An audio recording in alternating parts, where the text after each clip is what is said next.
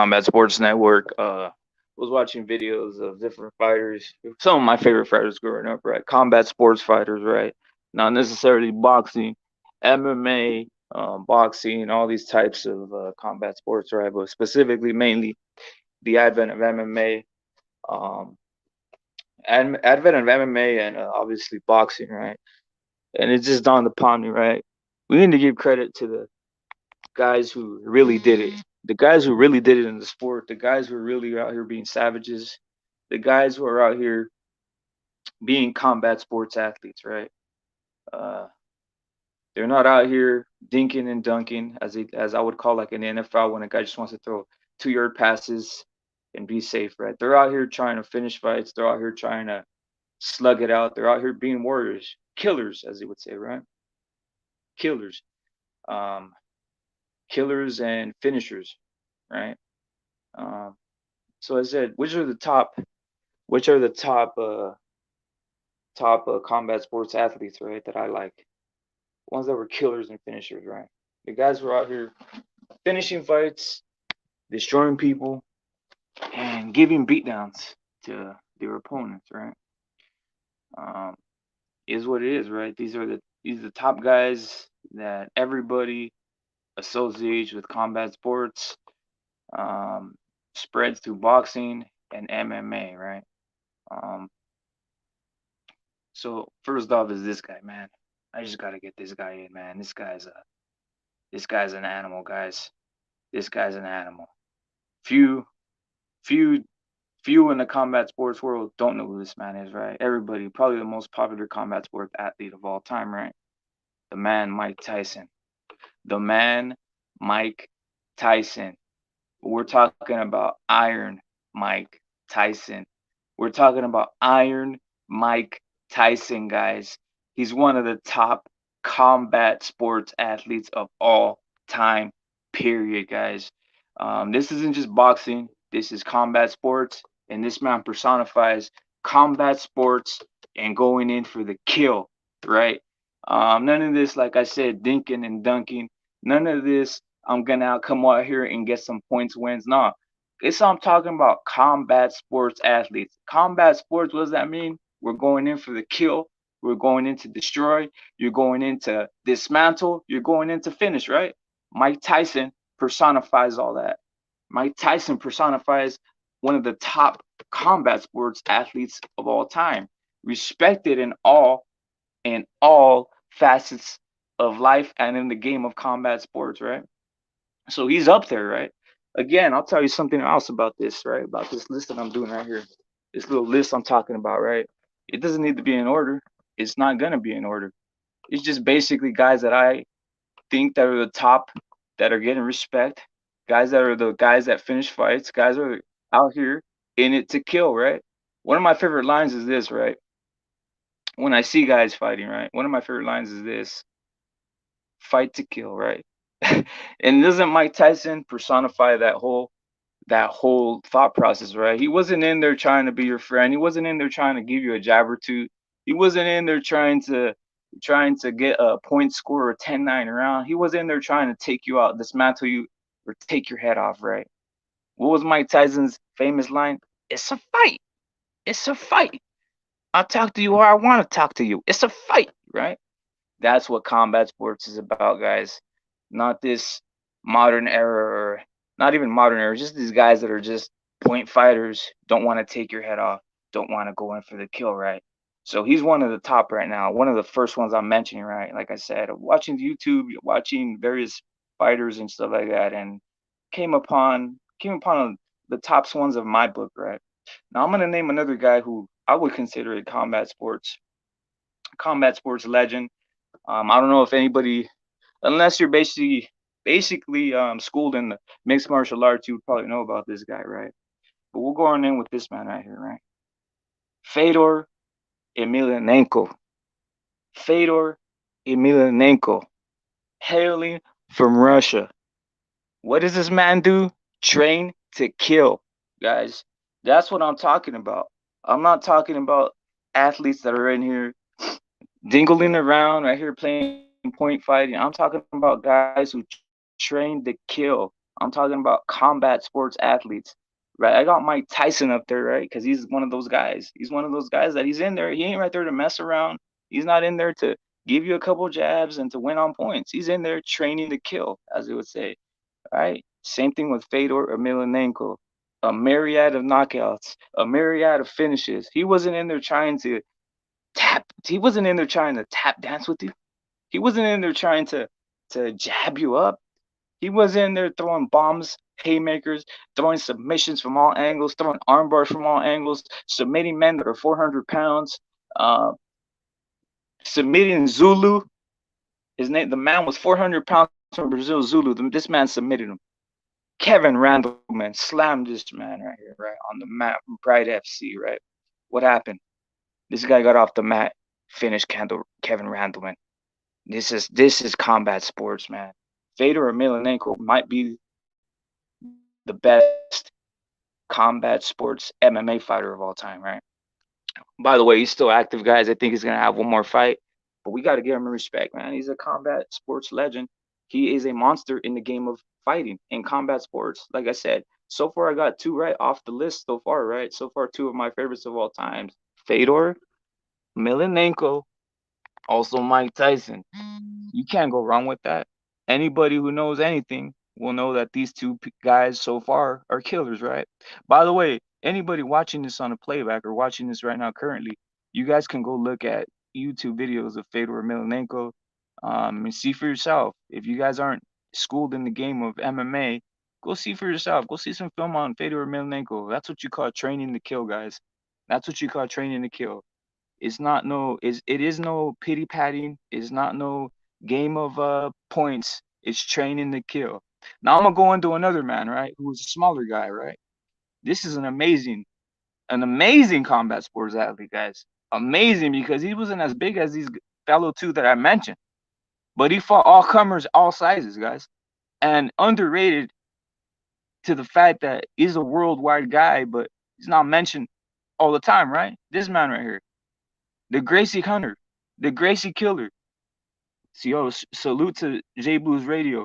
The Gracie Killer, Kazushi Sakaraba, guys. Kazushi Sakaraba, guys. What are you going to say about this man? What are you going to say about this man? This man is one of the greatest combat sports athletes of all time. And what was he in there? He was in there trying to finish. Hell yeah, he's brother. That's one of my favorite fighters of all time. Used to be my favorite, but obviously I have to, like, sometimes I get, depending how I feel. But when Sakaraba basically beat Gracie senseless, made the man's corner throw in the towel, that's legendary combat sports. That's the legendary moment in combat sports, and that was a real fight. That was no time limit fight, man. That was a no time limit fight. That's real combat. This wasn't games. This wasn't gimmicks. These men were in there literally going to whoever gives up first, whoever says, I don't want anymore, or no mas, as Roberto Duran, is the loser. The winner is the one that endures. This was a legendary match. Obviously, the man getting kicked on the ground is not Royce Gracie, guys. Somebody else. But I just had to bring in Sakaraba. We got to give him respect. He doesn't get enough respect worldwide in regards to most innovative, like J Blues Radio is saying, the setups, his kicks, his walkout. You know what I'm saying? His ingenuity on doing the double chest jump. So he would jump people's guard as they were laying on their back and stomp you out with the double footed stomp. The leg kicks was amazing. The leg kicks, the way he would kick somebody when they were down, obviously, as you see in this picture right here, was amazing, man. I cannot hype this man enough, right? I cannot hype Sakaraba up enough. He's one of my favorite. To this day, I still watch tapes. I still watch everything about the man. He was a beast. One of my favorite fighters and a true warrior. Something else I'm going to mention about these guys, right? Fedor Emelianenko, Mike Tyson, this man right here, Sakaraba. They have losses. They have many losses, right? But I don't care about that. That's not what I look at. I look at guys who are in there to finish. These men were never in there trying to get points or anything. They were in there training to kill. Royce Gracie fight was rigged by Gracie fam. 90 minutes, no round, no limit. Then Sakuraba had to fight Igor later that night as a guard. Exactly, the Grand Prix. Royce Gracie. This is why I don't have him on my list, J Blues Radio. I don't have Royce Gracie on the list because they kind of had everything rigged most of the time, even the UFC, right? Like even the first UFCs, they had it really rigged where they had guys who literally didn't even know what was going on, right? They were gonna get submitted. Uh, they were gonna get submitted. Uh, it's like a toying with someone who doesn't know what the sport, right? So I mean, Royce Gracie did a lot. He did a lot of publicity for the sport of MMA and combat sports, but to me, I just think Sakuraba. I mean, shit, he beat Shamrock. I mean, Sakuraba beat Shamrock. Sakuraba beat many guys. He beat so many. I can't even. It's insane, man. It's insane how many guys he beat. In Grand Prix alone, he faced many guys that were considered indestructible, right? Um, we'll say something else, right? We'll say something else about Sakuraba because I don't want to just go hardcore on Sakuraba and just keep on going in here, right? But he fought till the end and he still fights to this day. That's another thing about the warrior spirit, right? Some of these guys, they keep on fighting and they don't care if they take losses. I don't care, man. Like I said, I don't care about the losses, man. I really don't because it's the spirit. It's the will to make a show. It's the will to fight, man. And to finish. I never saw Sakuraba in there not trying to finish. He was always trying to finish the fight, whether it be uh lockings, whether it be leg locks, whether it be arm bars, anything. The man was always trying to finish the fight. Obviously striking, he was a pretty good striker. I liked his kicks, his fist, his boxing game was kind of underrated. He knew how to strike well. That's one of the things, and his ability to endure punishment is legendary. You know what I'm saying? There's many videos. I wish I could pull it up. I don't want to get a strike, right? Of Sakuraba basically getting beat to the pulp while he's trying to get a submission. He's taking so many hits to the head. The man literally took like I would say 150 punches to the head before he finally submits the man. So we got to give him props, man. I'm gonna hit somebody. I'm gonna hit people with this crazy on this list right here, right? People are gonna be like, "What are you doing, dude?" Well, this is what I'm doing. This is one of the greatest right here too. Nate Diaz, guys. Yeah, I'm saying it. Yeah, I'm saying it. Yeah, I'm saying it. I'll just say this, right? I've only seen Nate Diaz finish one time. I've only seen him finish one time with a head kick, right? That's about it. I've never seen him finish at all, and I've always seen him in the fight looking like this, looking like a bloody mess. But the other opposite in the spectrum is the same. His opponent by the fifth round is feeling pain too, and this is what he calls. He trains to finish. He trains to finish. And this is a modern guy that I think doesn't get. Yeah, he has a shitload of losses, man. But I'm talking about guys that are combat sports athletes. I already went into the greats, right? I already went into obviously Fedor to me is the greatest, right? The greatest of all time in that division, right? And if we're just going like that, but I'm just talking about of combat sports athletes that are just top of the game to me with that personified combat sports. Obviously Tyson, I got that man, but I think this man personifies combat sports, regardless of the record, regardless of what you think, regardless if you say, oh, look at his record, shit, he has multiple losses. It's insane. It's insane the way this man fights. Um, Gas tank is unbelievable. Endurance is unbelievable. The ability to absorb punishment is unbelievable. The ability to hand out punishment is unbelievable. The ground game is unbelievable. The finishes by triangle that he's had mostly earlier in his career, but still as a weapon. But his stand up game is so great that he doesn't even go to the ground no more. No one even wants to do. No one even he doesn't even let you. He doesn't even let the ground game happen anymore, right? His stand up is so crazy, right? Also the slaps. We all know the Stockton slap, which is amazing, right? The 1-2 Stockton slap. But in any case, this man right here is one of the top all timers, and we'll respect him once he's gone.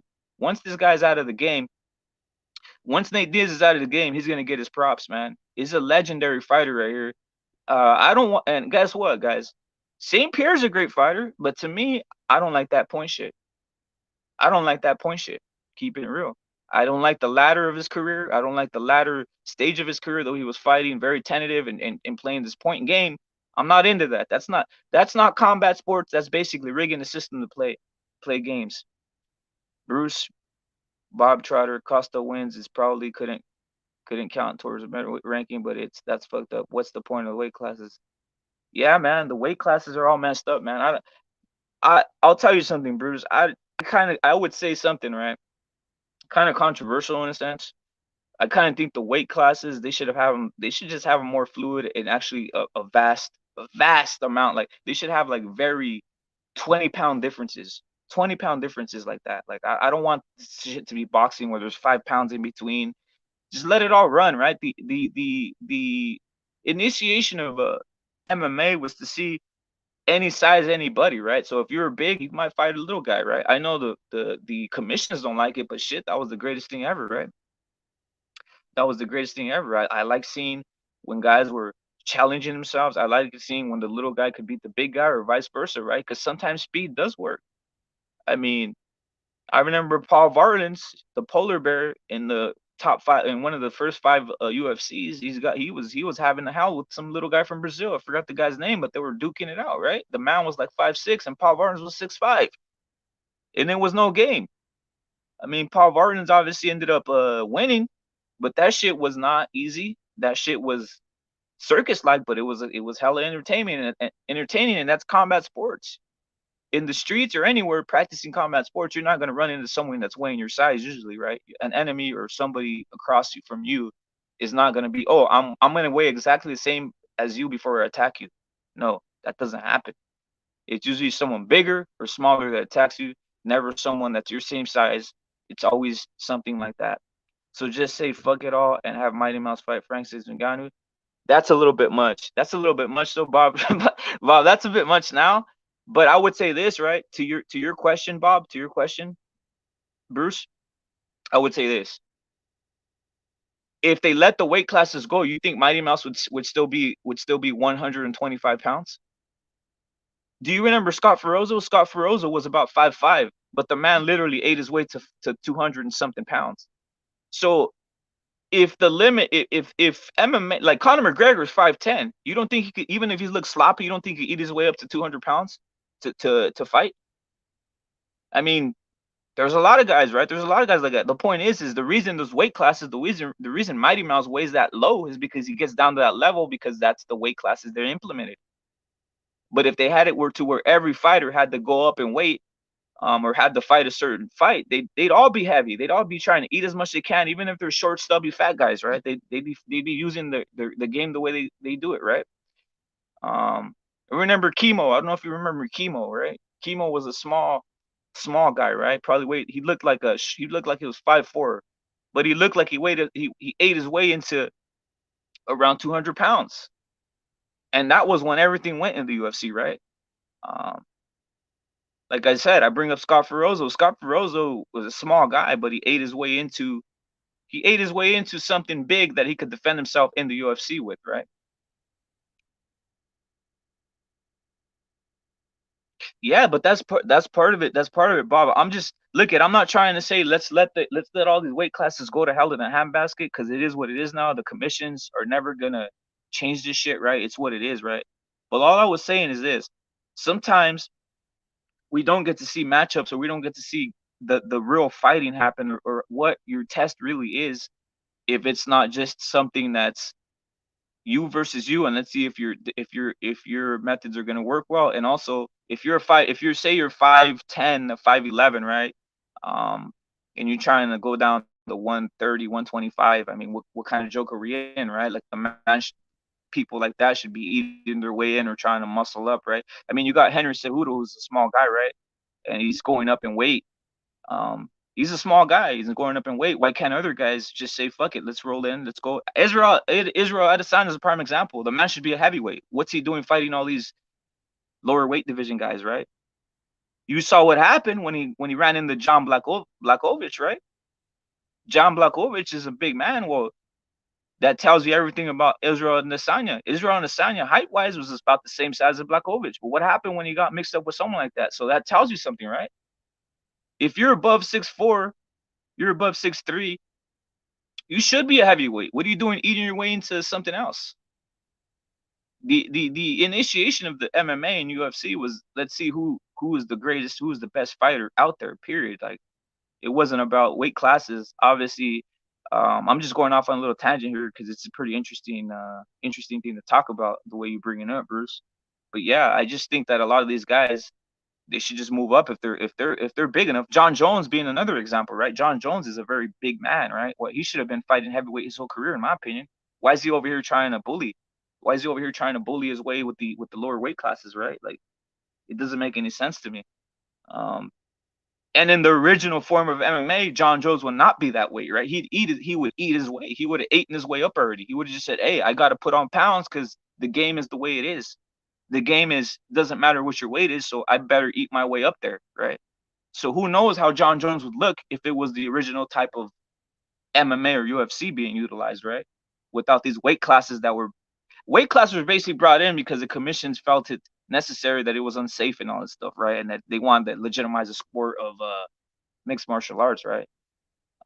By the way, I like the weight classes. I'm just bringing up the scenario of the way the sport used to be, and obviously how things would pop up now, right? Even Nate Diaz, we're looking at him here. He's about what, 6'1", 6'2". I mean, shit, he couldn't eat his way. I mean, the man, even he looks sloppy. He could eat his way to 200, and I'd like to see him fight like that. Maybe he's different. Maybe he has more strength. I don't know. It'd be interesting though. It'd be something to see, right? Just like Anderson Silva, as you see him now when he fought Tito Ortiz, looked bigger than he ever was, right? He was 200 pounds in the UFC. He wasn't fighting at 200 pounds, right? So it's just an interesting little thing that goes on with that, right? But like I was saying, Nate Diaz is one of my favorite, and he's one of the top combat sports athletes of all time, in my opinion. I just dig the way he fights. I dig the way he fights to finish. That's one of the prime things I like, guys who fight to finish. I don't think that that's happening often now, right? I don't think it's happening often. I don't think the fighting to finish is happening as it used to be, right? That's why I respect Kazushi Sakaraba, right? That's why I love it. The man was the man. Let's keep this real too, right? Kazushi, what, 200 pounds, 205 pounds sometimes, right? Even lower. Man, I think they kind of lied about his weight even sometimes, right? Um, and he was fighting these guys who were heavier, right? I mean, shit. Like, this is combat sports. I mean, look at this guy, man. Amazing shit, right? I mean, Fedor Emelianenko was he's like 6'1", 6'2", 6'1", 6'2", and he's out here taking guys out of commission, right? Bigfoot, Silva, all these other guys that are big human beings, right? Kevin Randleman. By the way, Kevin Randleman was about 5'6". He's lying on his height. He's about 5'6", and he's fighting heavyweights. He ate his way in the heavyweight division. Post fight career, the man was very shrunken. Obviously, I don't know if you guys noticed that. Before his untimely demise. Right? By the way, R.I.P. to Kevin Randleman, one of the greatest fighters of all time, one of the most exciting fighters of all time with the vertical leaps, one of the best collegiate wrestlers of all time from Ohio State. We can't do more than that. We just gotta salute these guys who are out here trying to finish, right? And Fedor's one of those guys. I can't wait to see his last fight, right? They say that his last fight might be the upcoming fight, right? But Fedor, when we saw Fedor, it was legendary. The walkout was legendary. The Volga Boatman, the song Volga Boatman by the Monks, when he comes out, was legendary, right? Jay Blues is on the stream, guys. Salute to Jay Blues. He's here. He's ready. And he has the... Is that Nate Diaz on your icon, Jay Blues? Yeah, man. What's good? What's poppin', Hell man? yeah. What's going on, bro? Nothing. I see you talking a little bit of MMA, man. This is what I started out on. This is what got me into fighting, man. Watching Mario Saromskis take Bruce Lee flying, leaping front leg side kicks at dudes' faces to start out every fight. That shit was in Dream in like 2009. Yeah. Sakuraba, though, man. Sakuraba is my favorite fighter of all time because he is just an absolute maniac, right? Hell yeah. What makes me what used to make me a fan of a fighter? Like now it's just pure heart, and technicality factors in the more you learn. The more you learn levels and watch lower competition, understand the greats, you know what I mean? But like death-defying leaps of madness. Mm-hmm. People that are just willing to jump at shit to make it happen. Like Sakurai was a master of that shit, bro. Oh shit, Major Key. Salute, man. Dude, Sakurai Yeah, was a man. pro wrestler as well, man. What? Go ahead, man. I know that. It's amazing. He's amazing, man. He was a man of everything. That's why he knew the entertainment game. That's why his walkout. He knew that type of stuff came from the pro wrestling ranks. He knew that the public wanted entertainment too, right? Not just his setups, man. Most definitely, man. Like he was Mm-hmm. their biggest stars. Like him and Bob Sapp ruled Pride, son. Like Mm-hmm. they were their Conor McGregor's and Ronda Rousey's. If you want to call, I mean, either one of them Ronda Yeah, Rousey. man. But I'm saying they were that level, man. But the pro wrestling Mm-hmm. aspect of Sakuraba made him so unique and so unorthodox. You had no idea what angle he was coming from, son. Because he'd fake a Yeah, takedown man. and come up with a flying knee or a flying crescent kick, and then come after you with a 1-2. And he had good hands, good feet, good jab, good punch selection, good understanding of distance, good manipulation of distance. Like he was a beast everywhere. He's a great wrestler. He's a great catch wrestler as well. So he was like his own form of he had his own form of ground games. Then he was trained by some of the old school wrestlers of the 50s and 60s and shit. So he knew how to twist a motherfucker up with some like joint locks and like simple shit, like ain't catch can wrestling. You know, whatever you can catch, you just catch shit. But for him to take out the people he did, the level of opponents that he did is staggering, man. Knowing where he came from. Yeah, and what's staggering is how much you think he weighed realistically, right? Because remember in Pride, it was everything was iffy, everything was like promotion, everything was kind of a lie sometimes. Like they would say, like a man's weighing 400 pounds. You remember Zulu? You remember Zulu, Oh, that big Brazilian ass guy? dude. It They're like wasn't he just that he weighs was fat, 400 bro. pounds. He Yeah, it yeah, wasn't just that he's 400 pounds. He's like six yeah, six, yeah, 7. Like that motherfucker was huge. He sucked, but I mean he was yeah, huge. yeah. Slow as all hell, but I think Sock was like 187, like just under 190, something like that. So he's about a Mm-hmm. cruiserweight, a middleweight in MMA terms. He Yeah, wasn't. you're right. But they'd be like he's 200. It'd be like 225 pounds. And say like right there, and I was like, come on, man, this man is not 225 pounds. This Oh, is he's listed as insane. 220. Um, Maybe when he's yeah, but older. that every fight, yeah, every fight they would see, I would see they'd have him like at 220. I was like, come on, you think I'm dumb? I was thinking, you think you think my eyes can't see? Like he's not 225 pounds, right? Like a lot of things they did in Pride was like as you would see the matchups, right? They bring guys like Bob Sapp, obviously. You see the man, and you're like, wow, this man's gonna destroy everybody, right? So that's another thing. They had entertainment value in that time.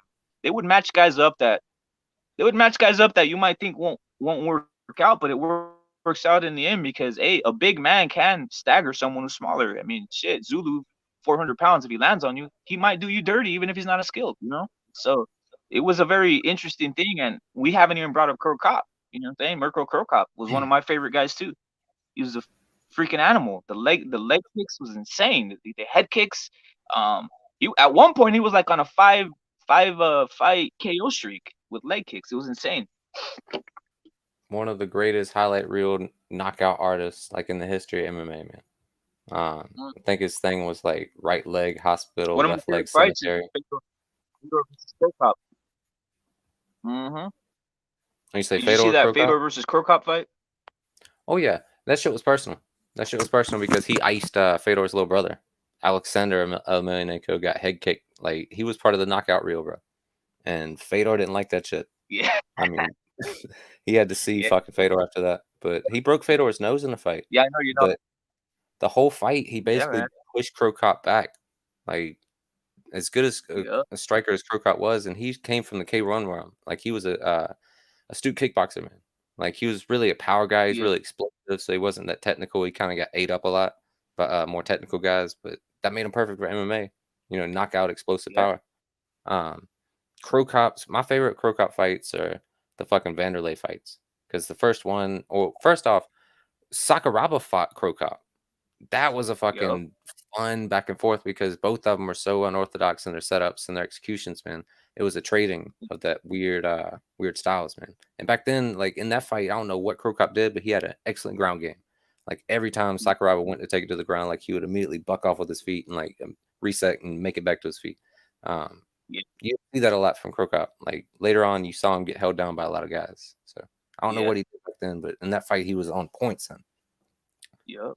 You know the one thing about Krokop, that's why I kind of don't have him like on one of the top combats is because he didn't. It seemed like he didn't have the ability to absorb punishment, right? If he took punishment and shit, like he was knocked out a lot, right? He was knocked out or dazed a lot, right? I don't know if you noticed that about I mean, what's wait? Well, dude, he fought Mark Hunt, right? And Mark Mark. Hunt was chasing him. He axe kicked Mark Hunt. He set it up as a low kick and came up top with the axe kick to the neck of Mark Hunt, and Mark just ate it and kept coming. And they fought. That was a 5-round fight. Yeah, So, hell yeah, Mark Hunt's a beast. Mark Hunt was a beast. We didn't even like at that time. I didn't realize that Mark Hunt was gonna be what he was because he ended up enduring for like after that even 10 more years, right? I think he's still active right now. It's just insane, right? So that was actually one of the great. And Mark Hunt was obviously K1 fighter too, right? yeah, not 5 rounds, but maybe it was a 10-minute first round and a 5-minute second round. I can't remember if it was a tournament thing where it was 3 5-minute rounds. Pride had some wacky rules. Every fucking event Yeah, was different, man. You know what I mean? It's like whatever contract that sure. you sign, technically, like, in quotes, Mhm. contract. Like, contracts were very fucking loose some days, but goddamn, there's so many good fights, man. Even the freak show fights. You know Minoaman? The little dude Minoaman? I probably. Where's he from? Is he from? He's Japanese, I'm pretty sure. But it's this literal, like, you want to talk about short dudes conquering. He was the giant killer. Like, he had a real salty record, like 10 and 14 or something. And then they just started mashing him up with these big giant dudes that were kind of wonky. And he could just, he could do a little roll, get to him, fucking get a heel hook going, and just tap him out real quick with a footlock. But he was a beast at that. He was 5'5". He had a mullet. He would always, like, celebrate doing a fist pump to the crowd and shit. He's another fan favorite. Yeah, There's a lot of beast legends coming out of Pride, man. Rampage, Vanderlei. Rampage. Yeah. Shogun. Oh my God, Shogun was an assassin, son. I mean, running Yeah, through man. people. Shogun. Who else was in there? Even Chuck like that tested tested the waters there, right? Remember he tested the waters in Pride. I think he fought like 1 or 2 times in Pride. Um, who else Yeah, fought? I think yeah, a lot of guys. Remember the Destructo man. What's his name? Destructo, He's man. still active. Yeah, they used to call him the Destructo man. That's not even his name though. His real name is what's his name?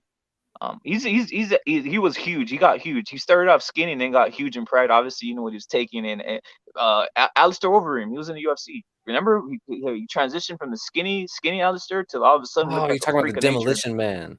Yeah. Demolition Man, they're Demolition Man, man. Yeah, Overeem used to be a beast. Ubereem was a fucking beast, man. His wars with Badr Hari and K1, like, that's what got me into fighting, man. That's what got me into watching that Hell shit, yeah, bro.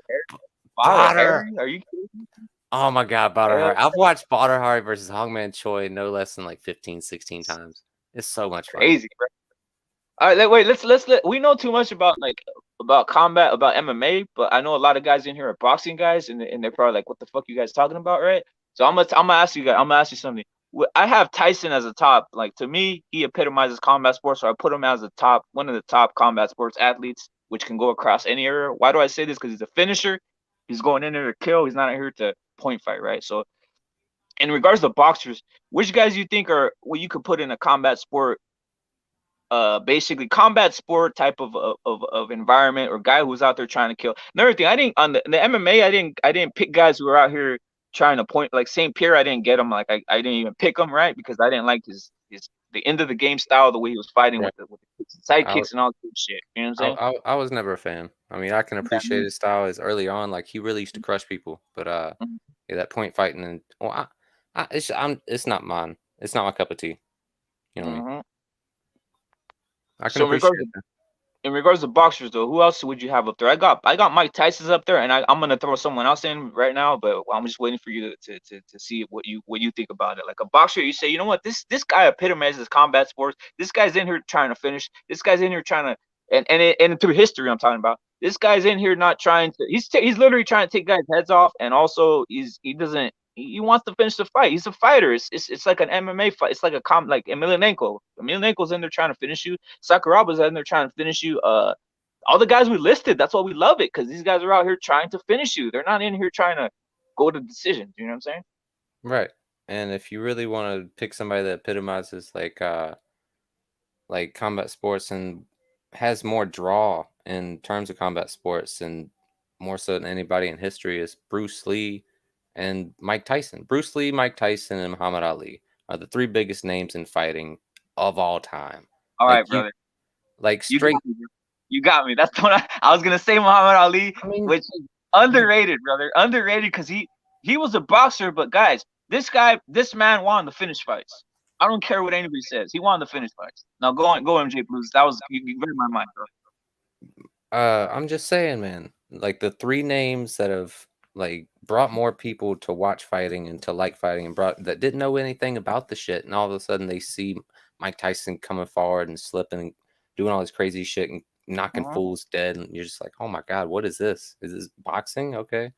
I mean, they've gotten more people into boxing than anybody else, man, and their names will ring out longer, forever and eons, longer than anyone else's name. Like they'll be remembered longer than anybody else, man. So I mean, Yeah, to put man. Mike Tyson up there it's no problem. I mean, he his story. Do you like comic books, Rabbit?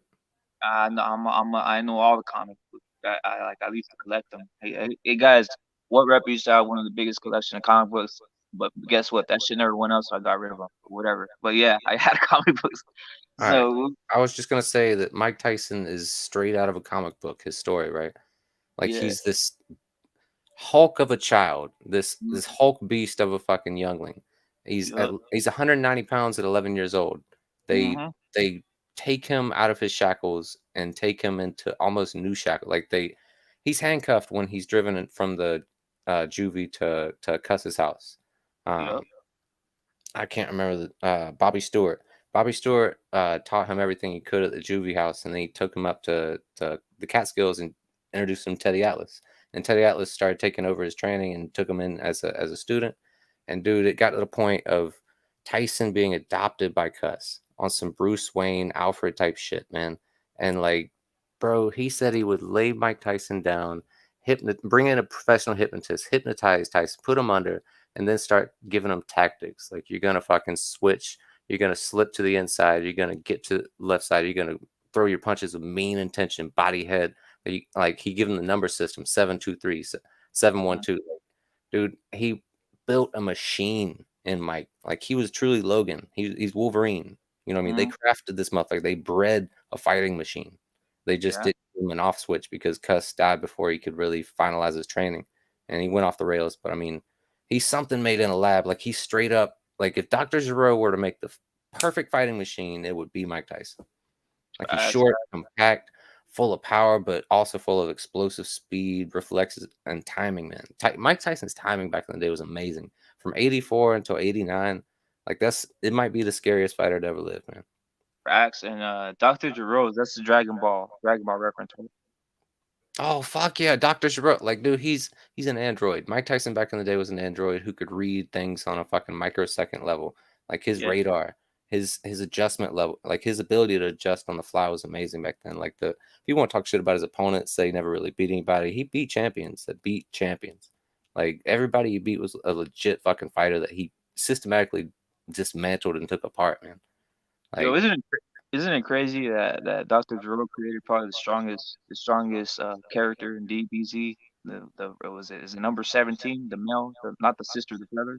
Is it 17 or is it number 17? yeah, 17, 18. Because 18 Yes, was the girl. yeah, 18 was the girl, right? So 17 obviously never displayed like his power, but then the last Super, the Dragon Ball Super, right? They didn't even really show what his limit was, right? So it's hella weird that Jiro created one of the freakiest like characters ever, right?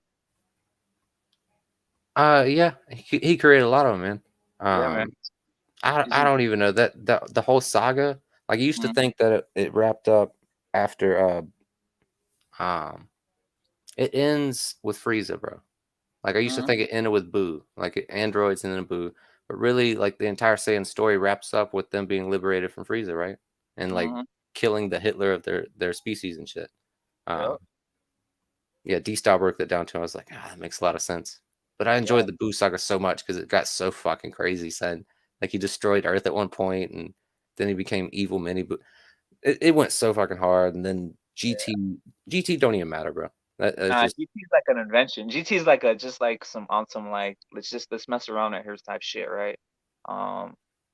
So you didn't see the Super, the last one, the last that's It's after the fact. There's too many people pissing in the pot. Too many cooks in the kitchen. Like, There's how a many lot of people people? feel that way. There's a lot of people feel that they're like, this is come on, get the hell out of here, right? Well, I How was gonna many say people off the OG team of writers are still there? How many original people? probably nobody, dude, nobody. I like that. I do like that they brought 17 back and they made him like a freak of nature, and they basically said that he had been training in like a fucking junk, like in the forest. So that's why they like he had been secretly training where all these other guys like all these Making work guys shit were up, man. You happening. just making shit up to fill you People filler. were angry. People were tripping on that 17 being a freak. Like when he was going toe to toe with Goku, they were like, "Oh, this is bullshit. Like this guy out of here." You know what I'm You just saying? gotta power somebody up because you can't come up with something else, man.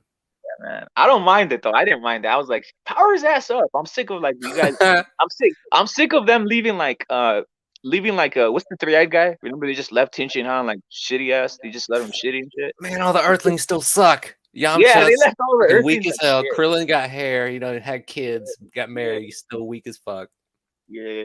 But in case I veered off a little bit, but like what Jay Blue is saying it is Mike Tyson is like a character, like a his comic. It's like a comic book character. They could literally like make a whole little story. It's almost like Bruce Wayne type of shit. The Bruce Wayne, you know how they wrote out the stories, right? In Beautiful, comics. man. It's fucking Yeah. beautiful. He could have been breaking somebody's jaw and been sealed away in prison, locked away in prison forever, man. And they Mhm. fucking saved him. They gave him a chance. And dude, look what he became, bro. He was a street kid, son. Like Mhm. all of Cus's champions were street kids that he just took in, like a wayward home for boys and shit, and like looked Yeah. after him and started training them. And all of a sudden, they're champions, son. Like they're the Yeah. fucking youngest champions in their weight classes. You know what? Crazy. I'm saying, maybe I'm just I'm not seeing it right. You can tell me if I'm right or wrong here. I'm starting to see that the American fighters are losing the street toughness because basically they're too rich in a sense. Like the lagging in the U.S. compared to lagging in the third world is much different, and so it's like someone's gonna be hungrier from a place where there's literally no running water and it's freaking ground. You're walking on dirt all day, than someone's low level poorness over here being like, oh, I'm just getting government food. What do you call it? Food handouts. You know what I'm saying? So it's just I don't know. I don't know if you're seeing that it seems like there's the fighters are less like I don't know. It's just they're very comfortable in the U.S. I think. That's with every generation, man. Every generation gets more and more comfortable and more softer than the previous. Like the the the people that grew up in the 40s and 50s will kick the absolute shit out of the people that grew up in the 70s and 80s. And Facts. like the people that grew up in the 90s might kick the shit out of the fucking millennials. Like Facts. it's every generation has it easier than the one that came before them because you're moving off their momentum. You're standing on the shoulders of the people that came before you, so you don't even realize that there's something under you. You think this is base level. You think this is normal. You know what I mean? You're Yep. spoiled. I'm not seeing I'll go in and say something else. I'm not seeing advancements in boxing or in MMA. People claim like all of a sudden that the people are being bigger and faster. I really don't see that. Especially, I'll just contrast it with this, right? Most of the population of youngsters who are going to be these boxers or any type of athletes, they're not even doing sports. They're indoor most of the time, right? They're not playing. They're not riding a bike. They're not playing uh pickup football. They're not playing pickup basketball.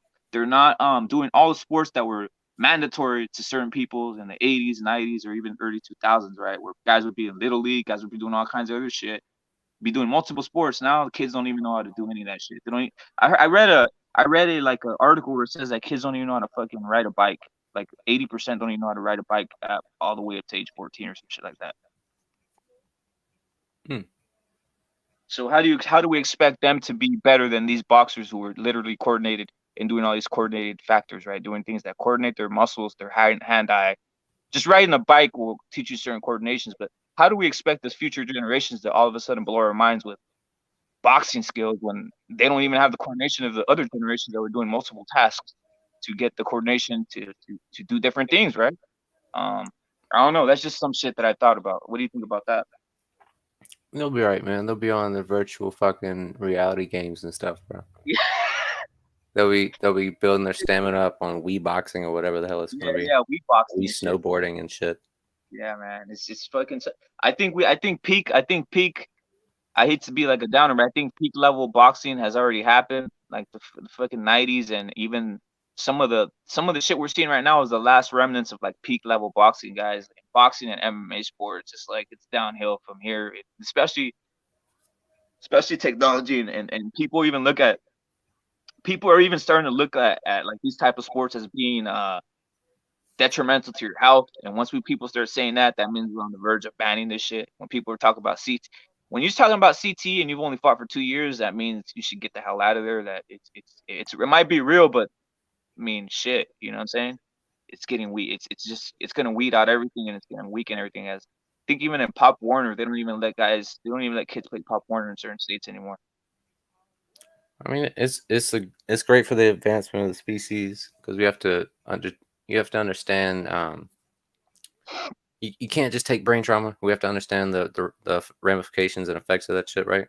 We can't just let Earl Campbell headbutt fools in their chest at full sprint. Like we can't let dudes take chair shots in WWE, like all that shit, right? But it kind of waters down sports. It kind of waters down the fucking like a lot of people ever since that shit came out, and well, it has a lot to do. I can't really say it's to do with the CTE research because as soon as the Reebok deal was done in the UFC, a lot of fights got watered down. A lot of like the effort disappeared from fighters to finish and do damage. Like they were just trying to fight and win win with their skills, man, and not really do damage and hurt the other fighter. Like I've seen that a lot, especially in recent times, man. It's just not the same that it used to be. It used to be a bunch of savages, man, a bunch of outlaws. That's what I love about early MMA, but not just the beginning, because the beginning was just pure Mad Max lawlessness, right, in the early '90s. But I'm talking about like in the late '90s, early 2000s. That kind of MMA right there, man. Everybody who did it was kind of looked at as like an outlaw or like some weird like outlier society, like you're a biker or some shit. Like, whoa, you fight people? Like what, with gloves? Like you're a boxer? It's like, nah, in a cage. It's like, whoa, you're a bad person. You choke motherfuckers? What are you talking about? Yeah. You need them? What? You Or kick them on the ground. You're psycho. Like that well, shit right there. You know what I mean? Yo, Jay Blues, just look at the intro for like a for not tank for Tank Abbott, right? They literally say this man is a pit fighter. This man is a They'd be like, this man is a pit fighter, and they basically say his training was fighting in bars, right? So it's that whole you know what I'm saying? You know what I'm saying? So it's just hilarious, right? And the thing about Tank Abbott, he throw about 5, 6 haymakers, he wouldn't knock you out, and once he gassed out, it was over. He just say, I'm gassed out, that's it, I'm done. Like, let's finish this shit, we're out of here. You know what I'm saying? So that type of shit was legendary, and like you said, those guys were rugged. Those guys were rebels. This shit is not about rebels no more. This is about basic college graduates and shit fighting. It's a bunch of athletes, man. Yeah, And it's a bunch of athletes taking part in a sport, and it's beautiful that it's gotten to this point that it's on ESPN. It's a household fucking name, the UFC. It's like KFC or fucking MLB or NHL or NFL. I mean, it's up there, man. They have arrived, so it's good, but at the same time, like it's just not what it used to be anymore, man. Like the fighters of Matt Hughes and BJ Penn and Chuck Liddell and Anderson Silva, son, like Vanderlei, you're not gonna get them anymore. Like every once in a while, you'll get a savage like Petroyan and Figueiredo. hell Or, yeah. like there's some savages still coming up. Sugar Sean, I like, but he doesn't take enough chances. He likes to fight bums. Um, Yeah. Not bums, but Sugar Sean, take him slowly, man. I'm not mad with that. I think they should take him slowly. He's still gonna develop. I mean, what's the point, right? I like that. I like that. At least UFC knows how to develop guys in a sense. They know how to bring guys like they're not throwing guys them they in the care fire. about. Yeah, they're not letting him get like cooked real quick, right? You can tell I mean, you have the eye for it too, right? You can tell he needs to work on some things, but at least he's entertaining. Hell yeah, he's a great fighter, and I'd love to see him fight somebody better. You know what I mean? Now that his injuries that give him problems, his foot, spine, and all that good shit, and he just beat up on that green-haired fucking dude. I can't remember his name. No disrespect, but yeah, put him in there with a contender, man. Put him in there with a ranked opponent. Yeah, man. Peter Yan though, man. Come on, bro. When you said that, I was like, I lit up, man. Hell yeah. I was like, kick Aljamain when he's down again, Peter. I love it. Forget this shit. Forget all this like knee shit, getting down on your knees and no kicking and hell head kicks. That's why I like Pride, right? Like Peter Yan was like, bring this shit back to Pride. Let me kick Aljamain in the head real quick on the ground. It wasn't even a kick. It was a knee, and it was more brutal than actually I thought it was live. Watching shit live is never the same when you play it back. You know what I mean? Mhm. But like, dude, I used to have that same temperament. Like, pride rules need to come back, man. This 4 point rule, just you downed opponent nonsense. Get that shit out of here, man. Like, but when you watch Vanderlei, it almost isn't that bad. When you watch Shogun face Yeah. kick people, face stomp people, you're like, dude, it needs to be banned. That's fucked. Yeah, Like, man. I don't know, man. I guess I'm like I guess my mind is jacked up, or I'm like just base kick up some more. I'm like, what is it's the game, right? But I feel you, man. It is detrimental to health when you're kicking someone in the head, like soccer kicking is what I would call it, right? Just soccer kicking in the head. see, a soccer kick almost looks pretty. Like, it's got a nice arc to it. It's kind of beautiful, right? Yeah. Visually, it's kind of beautiful. A face stomp, a front face stomp from Shogun, and you see their head like get knocked back. You're like, Yeah, oh, that's yeah, a that's human great. being. Or those like the other ones that would get me because I've actually gotten hit like that before. Is when someone knees you, when someone fucking knees you from like when you're almost in between trying to double leg someone and they like just unleash a knee on the top of the crane of the top of your head, the crown of your head and shit. Mm, Fucking painful. Tell you that right now. Or a it just fucking elbow. rings. Yup, or an elbow straight to the fucking spinal cord. That shit's insane. I mean, it's just what it is, man. But George Foreman was a fucking tactician. He was a technician. He's a marksman at targeting the spine with them overhand rights. Like, he'd go yeah, for a kidney punch and they would move over a little bit. And I remember seeing him drop one dude with a spine punch. Like, he just yeah. grabbed his back and fell like, "Ah." Yeah, George Foreman is probably one of the hardest punchers that doesn't get the credit for punching as hard as he did. He And it's does. all that Muhammad Ali fight. It's that Muhammad Ali fight that made him look like that. But before that, he was like the most dangerous human being alive, right? They were marketing this is what he was. He was so good. It wasn't just that he's a monstrous puncher, man. He was so great at controlling you with his hands. Like, he Mm-hmm. was a kung fu Wing Chun, like Yep. the Roberto Duran sticky hands type shit, like catching punch. Like, George would catch your punch sometimes on the wrist, sometimes on the glove, sometimes on your bicep. You would go to like just post up with the jet, and he just hold your arm and just shove your shoulder, and then like turn you. Like, he push on your left shoulder and pull on your right shoulder. Like, little shit like that, man. And then short uppercut or a short hook. Like, George is a beast, man. He'd mix up short punches with wide punches and make you lean into shit. Like, he's a very, very good fighter. Cross arm, armadillo defense, like you like. Trained by Archie Moore. He's a fucking legend back in the day, man. He Yeah. fought beat a lot of fucking good dudes. Uh, Yeah. That was my favorite one of my favorite defenses. I wish someone bring back, especially the bigger heavyweights, even like an Anthony Joshua. If he just can roll up with the cross arm and shit, he'd be able to protect himself more and obviously finish a guy like Alexander Usyk. But he's never gonna learn shit like that. He's already has a style, right? Like that's what I don't like. I don't like that. I said this about other fighters. Like I don't like that. There's no gym styles no more. Guys don't. Guys are always trying to be learning the prototypical stances and styles before these guys would come out of a certain gym. Like Tyson, if you came out of custom models gym, that's why he looks like that, right? Now basically they're all looking like what would say like default characters. They're all the same and shit. They're all with the same type of style because all gyms are teaching like a certain style, right? They're not teaching techniques like that are rare, right? Like I just love seeing everybody come out with their own style for their own body. I miss that shit. a lot of it has to do with the old trainers dying off, man. A lot Mm-hmm. of it has to do with the old trainers getting fed up. Because if you listen to Don Turner, he can't remember how many people he done train other than Holyfield, but he was in Holyfield in the '90s. That's where I mainly know him from. But he'll go on and on about the old school. But he was training Kovalev, and he said, "Man, if he would really train, y'all would see a real fighter.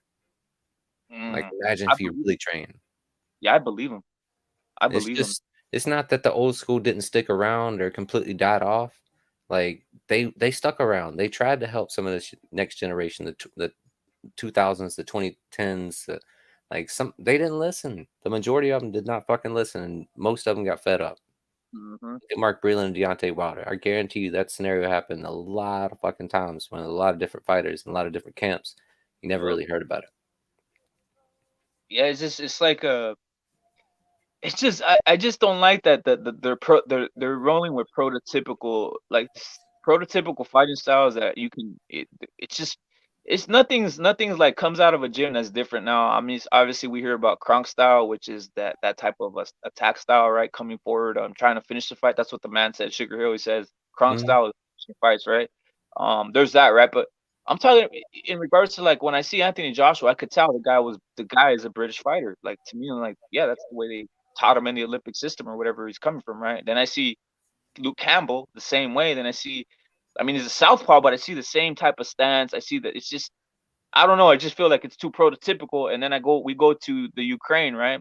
Um, we know we see a Ukrainian fighter. We know how they're gonna come out, right? Even though it's a real dangerous. I mean, look at Usyk. I mean, it's a fucking animal, right? But what I'm saying is, gone is the like you said, those old school guys will teach you a technique that you learn that technique, and let's see if someone else can get over on it, right? It's an assembly line, is what I'm saying. It's an assembly line of technique. I mean, they just roll out the same technique on everybody, and it's an assembly line, and it only change by country maybe or by region, but it's not gonna change from like you were saying, gym to gym, right? Like Hector Camacho had a style. I don't know where he got it from, but he came with some shit that was different. Mike Tyson came with some shit that was different. They were all from the New York area, but they're doing different shit, right? So I'll bring a point. I'll bring a point from music, right? A yeah, lot of the old bluesmen from the early 1900s up until about the 40s and 50s. Because when it got to the 40s and 50s, you got actual notable, like famous names like Muddy Waters and Howlin' Wolf and B.B. King and Albert King and all the kings. Like there's about three or four kings. But yeah, w- before that, man, like even those guys, but before them, their predecessors got such unique chops, such different, like distinctive ways of playing and different phrasing. Like there's only one way you're gonna get that shit, and that's gigging, that's touring, that's being out there and getting experience. 2 days, fucking 2 shows a day, sometimes a lunchtime show and a nighttime gig. Like every day you're playing a gig, you're out there getting experience, getting time in. You know, what I mean, getting miles in on the odometer and shit, and getting more and more pieces to your style, crafting and molding your shit more and more. That's what all these fighters used to do, man. They used to constantly be fighting. They couldn't be off weight. They couldn't be out of shape because they had to fight in 3 days. Like, fuck out of my face. You think some of these fighters, like the old welterweights, could get out of shape and get fat? Nah, they gotta fight next week, man. They gotta yeah, eat. They ain't getting paid much. So they gotta go in there for that 15 round fucking massacre that they done signed up for, and they gotta deal with it. Like yeah, it man. used to be rough being a fighter. So now it's pampered. Now it's you get Instagram followers and shit and being on the undercard. Like you don't have to be that good. You just get to a certain point and or a lot of these dudes, the underdevelopment you're talking about is the infrequency in fighting, right? They just Hmm. need to get the fuck out there and fight, man. Yeah, the constant fighting that puts you in a situation where you really have to fight, like you're saying, when you got to fight. It's a different mentality, and it's gonna bring you different. It's just gonna give you a different mindset. It's kind of like as those guys back in the day during the Roman times, soldiers would constantly be out on the fucking battlefield, right? So it was what it was. It was like these guys were a machine in a sense, right? Think The about the Roman, reflexes of somebody yep, in the 30s or 40s in boxing, man. Think about their timing, how good it it's had to crazy. be because they're fighting every week, bro. Yep. You know what I mean? Fucking, I don't even want to talk about Mikey or Adrian Broner or Tank. Their timing will be off in the first few rounds, and then they'll come alive in the fourth. This it ain't the fucking same no more, man. Yeah, well, I don't want to talk shit like you're saying. I want to talk shit like I feel what you're saying. I don't want to talk shit, but even the facial, like the facial expression, like I just like I don't know, like I don't think these guys in the Thursday would be going in the ring happy with all this other shit or with all this stuff around them. They're just thinking of fucking somebody up, right? They're not they're not out here with they're not out here like, all right, what's my walkout gonna be? What's all this? They Walkout. They yeah, didn't like do what's this music bullshit? until Yeah, that's what I'm saying. They're like, what's this bullshit? Like, what is this clown shit going on, right? there Same wasn't thing. no entrances for Muhammad Ali. They just saw him and Uh, started going nuts, bro. Like he started yep, walking through the crowd, and then you heard the crowd light up and shit. yep. I So think it's just I think like 1980 or 1981 they started doing entrances because Larry Holmes would always come out to ain't no stopping us now and shit. yeah. Well, the Rocky was the Rocky what was it? When was the last that Rocky Four made? Right? by the time Rocky 4 was made, that was when it became a whole pop thing to have those walkouts, right? Because they obviously introduced it in the movies, and obviously in the early '80s, Camacho was coming out with some shit. Obviously, he's having extravagant walkouts. Um, and then Model Metal Pies in the later '90s, but I can't think of anybody else who had extravagant walkouts. Like you said, Larry Holmes. Larry Holmes was doing wild stuff. Well, look at Tyson, right? Tyson's simple as shit ever. Just walks in with the fucking over with like almost like a sweatshirt. I don't even know what you would call it, right? Like a cutoff and shit. So Just a shit like towel. You can cut a yeah, hole in a towel and throw that shit over. yeah, that's he's exactly right. So it's just that's intimidating in itself, right? That's that. But the thing about Tyson, also, like you were bringing him up earlier, is he was a historian. He was a historian of the game. So he tried emulating a lot of the guys he saw in those tapes in that custom Dude, model room, right? you remember in the Matrix when like Neo needed a new skill, like, and Mm-hmm. he would just call like, "I need to know kung fu," and then they would fucking upload the info, and all of a sudden he knew the shit. Cuss Yep. did that 18 times over with fucking 29 different styles. Like he built Tyson's mind, bro. Like there's so many people I still hadn't found, like Ike Williams, right? Ike Williams versus Bojack is like a 1949 welterweight title fight, and I'm pretty sure it's Ike Williams. Ike Williams was the one slipping. He looks just like Tyson in the ring, man.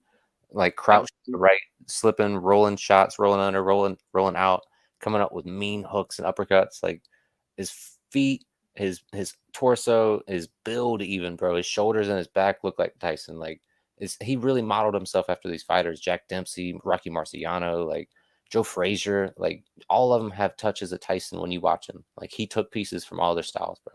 Like he was a true. He understood everything. Like Tyson, he studied anatomy, bro. He understood like the floating rib and shit. Like different parts of the body were stronger and weaker than the others. Like he was a scientist, bro. Like people would say Tyson's just some come forward brawler. Like they don't know shit about boxing. He was a You're right. high level come forward defensive counterpuncher, man. Mhm. You're right. Like it's like someone who dedicates their life to archaeology or something like that. I think people diminish sometimes that there is actually certain boxers who dedicate their life to learning the sport whole. And like you said, the man was even studying the weaknesses of the body, how certain things were operating, where he can strike you with, right? Dude, And he I used think to read books. He used to yep. read books on art, like of course the art of war, but Mhm. he used to read books on conquerors, different Mhm. conquerors throughout history, and how they made their conquest happen, like how they would deduct different ways of attack, different ways to weaken their target without even beginning to attack, like defeat them without even beginning to fight type thing, and then just roll over them when you choose to. Like Tyson, he wanted to be a legend, and he did it, man.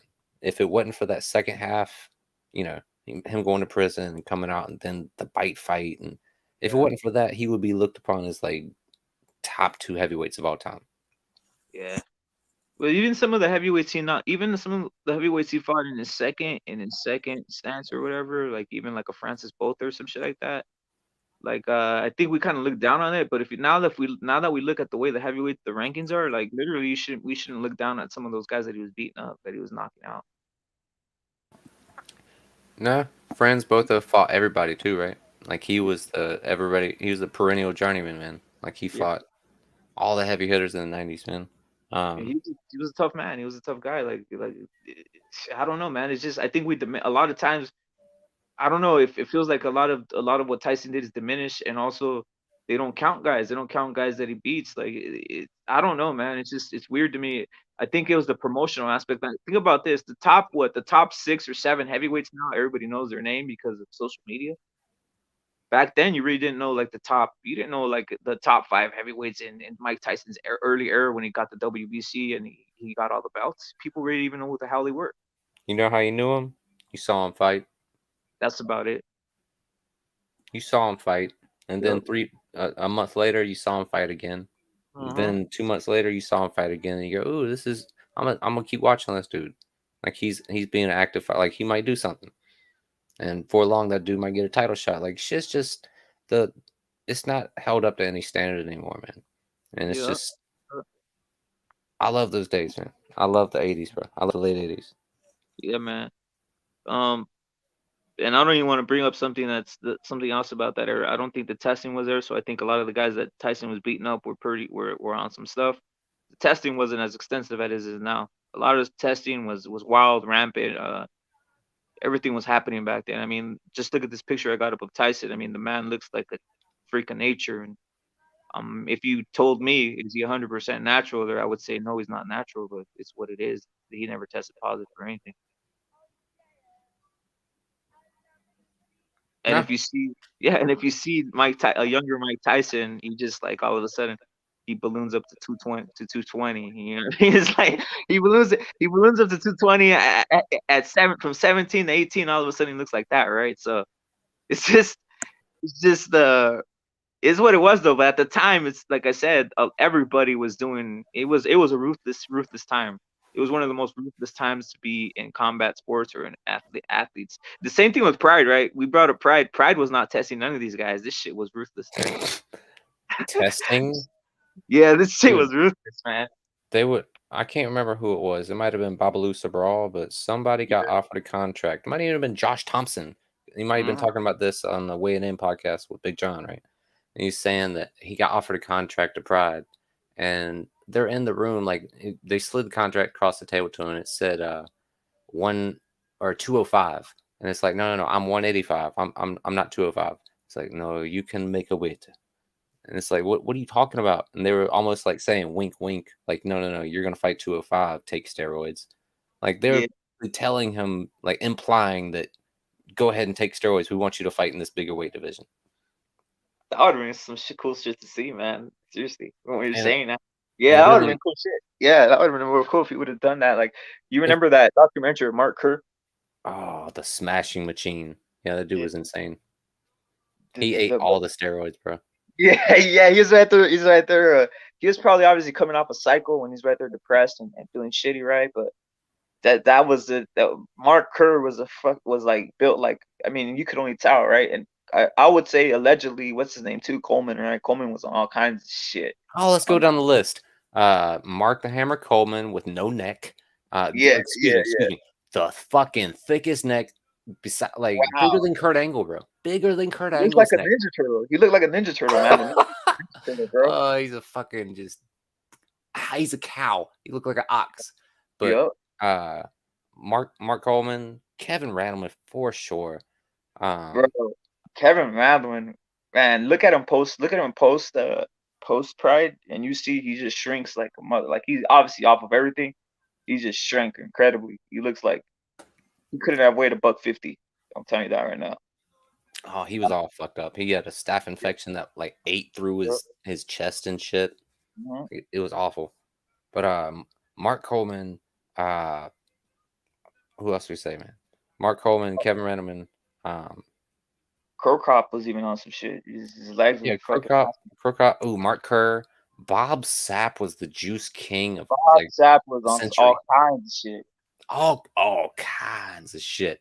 Yeah, Like, man. dude, Victor Conte allegedly sold Bob Sapp a gallon of the Clear, the undetectable steroid he developed in the early 2000s. Yup. It's crazy, man. And real like, and if you look at, I think it was who was Bob Sapp? I think he fought. Who did he fight? This is a legendary Pride fight. Obviously, Bob Sapp loses, but the man looks literally like a fucking like uh like the Hulk himself. Like the Hulk himself. He looked like he was at least 360. He fucking looked insane. He's Um, 375 with a six pack. it's fucking crazy, right? Like it's insane. It's insanity. And then for someone to think that that's like that's just nature, that's genetics, is that's Nah, the bro. thing that was hilarious to me. Nah, bro. Watch Mhm. him in 45 seconds. He gasses, and like Yep. one eye gets little, one eye gets big, and he just like this motherfucker's about to die. Yeah, man. Well, I'll bring in someone else, right? Which you can see in the original, like in the first onsets of the UFC. Allegedly, I'll say Tito Ortiz, right? But just look at his back and look at the traps and look at everything else, and then also The look at that size of his fat. head, man. That his head looked like Major Bison. That guy always reminded me of Major Bison from Street Fighter. Just his fucking head. M. Bison. Yeah, right. It was like this guy's Bison. I was like, every time I look at him, this guy's Bison and shit. I was like, but yeah, he had all kinds of back acne. It was insane. I was like, I was like, how do people not think that Chuck let down? I'm telling you, you look different. You look different from time to time. Everybody was juiced, man. Yup. To what extent? You know what I mean? Some people took it over the fucking line and just like they made spectacles of themselves, like Bob Sapp. Like there was no fucking question that dude was on the juice, man. Mark Kerr, somebody like Fedor, you never expect, but I guarantee you he was on EPO or something because he never got tired, bro. He was on some shit. Like, let's keep it real. I don't care. The body sometimes doesn't really tell, but he was on some stuff. I mean, he's not stupid. He's not gonna go in there like he's not gonna punches for days, you know, like damage. Didn't care. Another thing, they're not at then and that era. You're not gonna go in there saying, "All right, these guys are taking this. These guys are taking this. These guys are taking this." I'm just gonna go in here like team clean guy. That wasn't the era. Like, especially if you're a bigger guy like that. Like literally. Well, look at Shogun's head. Shogun's head, he looks like he's growing horns on the top of his. If you look at him in Pride, his eyebrows are like protruding. His eyebrow, what would you call it? The brow bones are protruding extensively. I'm like, this man is on some shit. He got that under the giant cranial ridge, like the brow ridge. Yeah, that brow ridge shit. That's how I could tell guys who are on shit, especially back. I'd be just looking at the structure, the brow ridge. As you can see, Randleman, obviously, his fucking brow ridge looks insane. It was a Japanese guy. Melvin Manhoof was definitely on the sauce. Yup. Well, the guy we mentioned earlier, what's his name? Alistair Wolverine. The man was going in there 170 pounds. Shit. From 175 to 260. Jacked, bro. Like jacked. Godzilla big, just starching motherfuckers with short uppercuts. The funniest thing, what I heard Alistair say, because you know he has that like weird little accent. He's like, yeah, he's like, yeah, I just went training and I said I got to get big, and I came back to 180 pounds. I was like, bro, he put on 100 pounds like in 6 months. It's fucking crazy. All natty, bro. All natty, 100% natty. But look at, I'm not even hating on it. The shit was entertaining to me. You know what I'm saying? But it's just hilarious though. But that was the era. But you can see the way he was built, that none of the fat. Sometimes you can see genetically if guys can like just get big and they won't look nasty. They won't look spilled over, right? And Alistair had that body type where he could have probably even gotten bigger than that. He could have probably gone into some Bob Sapp type shit if he really wanted to push it. He was massive back in the day. You know, they changed the 2-hand Muay Thai clinch knee rule. Like when you go to Muay Thai clinch people in K1 now, you can only use one hand. Because, dude, Alistair almost killed Fujita. I remember that. I was going to say Fujita's with this big ass head. I was like, that guy was on some shit too. Yeah. And then Fujita's head was the size of a friggin'. He was a tank, son. He looked like a goddamn Ninja Turtle. Yeah. That's the shell man right there, bro. Yeah, man. This little necklace nugget of a wrestler that came up underneath Antonio Inoki. Like the man, basically started MMA in Japan, man. Basically, they started hybrid wrestling. He brought a lot of catch wrestling shit over from America because he wrestled every single person from Hulk Hogan to Andre to, Jake the Snake, anybody. Yep. But he had the fight with Muhammad Ali and just gained worldwide fame. And Pride even did events called Inoki Bumba, which is Inoki kill him, like Ali Bumba age. Yeah. Like there's footage. Did Inoki have acromegaly? Huh? Did he have acromegaly? You know that shit that Andre the Giant had, but in a lower his chin, his face and shit. He just looked like his chin and his face. He looked like he had acromegaly shit. Like he had some kind of gigantism or some shit, right? Yeah, something like that. It looked like he did, man. He had a giant's head, he had the Great Khali's fucking head, but a normal body. Yeah, man. He had like you said, the chin. The chin just looked like fucking weird. It looks like excessive, bro. Like you know what I'm saying? It's that's why I brought it up about the acromegaly. Like somebody put the big head cheat on or some shit. Yeah, man. It's not right. Yeah, man. The chemical warfare, I wouldn't mind seeing even boxing go let the chemical warfare go run rampant at this point. I don't give a care, but to me it was the most enjoyable. That's why I enjoyed Pride, because it was very wild. It was very and the guys, I respect them for winning in Pride, because that's the way it was. It was a rough time, probably the roughest MMA probably the roughest combat sports era of all time. As even Rampage Jackson, right? You see him in Pride. Look at the way he's built, obviously, because he's on all kinds of shit. But his aggressiveness was on another level too, because that didn't boost your aggressiveness when you're on all kinds of anabolics. Dude, I didn't realize because I didn't realize how much of a legend Rampage was. I always appreciated him as one of my favorites and like a real classic fighter, right? But like he's an all timer, man. Like he's on my Mount Rushmore now. Dude, the night he fought Vanderlei, the first time, right? Because the second time he slept Rampage and left him hanging off the bottom rope and shit. Yup. The first time it was a really, really, really close contest, and he's like smiling at one point, getting punched in his face. He's like, "Fuck you, Vandy. You can't break me." But he put up a great fucking fight and kicked the shit out of Vandy in the first half of the fight. That same night, before he fought Vandy, he knocked out Chuck Liddell in the tournament, son. Yeah, I remember that. So he knocked out Chuck. He had to fight Chuck Liddell and Vanderlei Silva in their prime, son. Yo, and Dana, you remember that? Dana White was on the sideline looking like, why the fuck did I let him come? Why the fuck did I let Liddell come over here? Now it makes me look like shit. And dude, if you look at, I was looking through the records of both people the other day. Yeah. Liddell would have been fine. He could have fought for another 6-7 years if he never fought Rampage, man. After Rampage, he starts losing fights. After the Rampage rematch where he gets knocked out in the UFC, he barely wins fights after that. He falls off a fucking cliff, son. Like Rampage broke Chuck. As crazy as that sounds. Yeah. You know when Chuck first came out, I would root against him every single time. I was like, how the fuck is he knocking everybody out with that overhand right? I was like, he keeps on doing it, right? And I literally finally he made a believer out of me in a sense. And then I saw the Pride thing and I was like, wait a minute, I was conned. But it wasn't being conned. It's just that sometimes you go on a run, sometimes they can't stop something, and sometimes somebody has some good stuff ready for you, right? And I think they caught, like you said, when they put his lights out and they did him like that. I don't think he recovered. I don't think Chuck ever became anything else other than the Tito Ortiz killer and shit, which he could probably still beat Tito Ortiz's ass any day of the week still. Well, he beat Randy. He had the trilogy with Randy. Yeah. He had some great early fights. I like the Pele fight in Brazil. It's wacky. Yeah. What's his name? Also, obviously, I don't know if we brought him up. What's his name, man? I didn't believe in him because I saw him one time fighting in the UFC early on. But then when he went to Pride, he created a whole new like. He was created a whole new like. He just looked like a monster, right? What's this man's name? What is his name, man? He's not Shogun.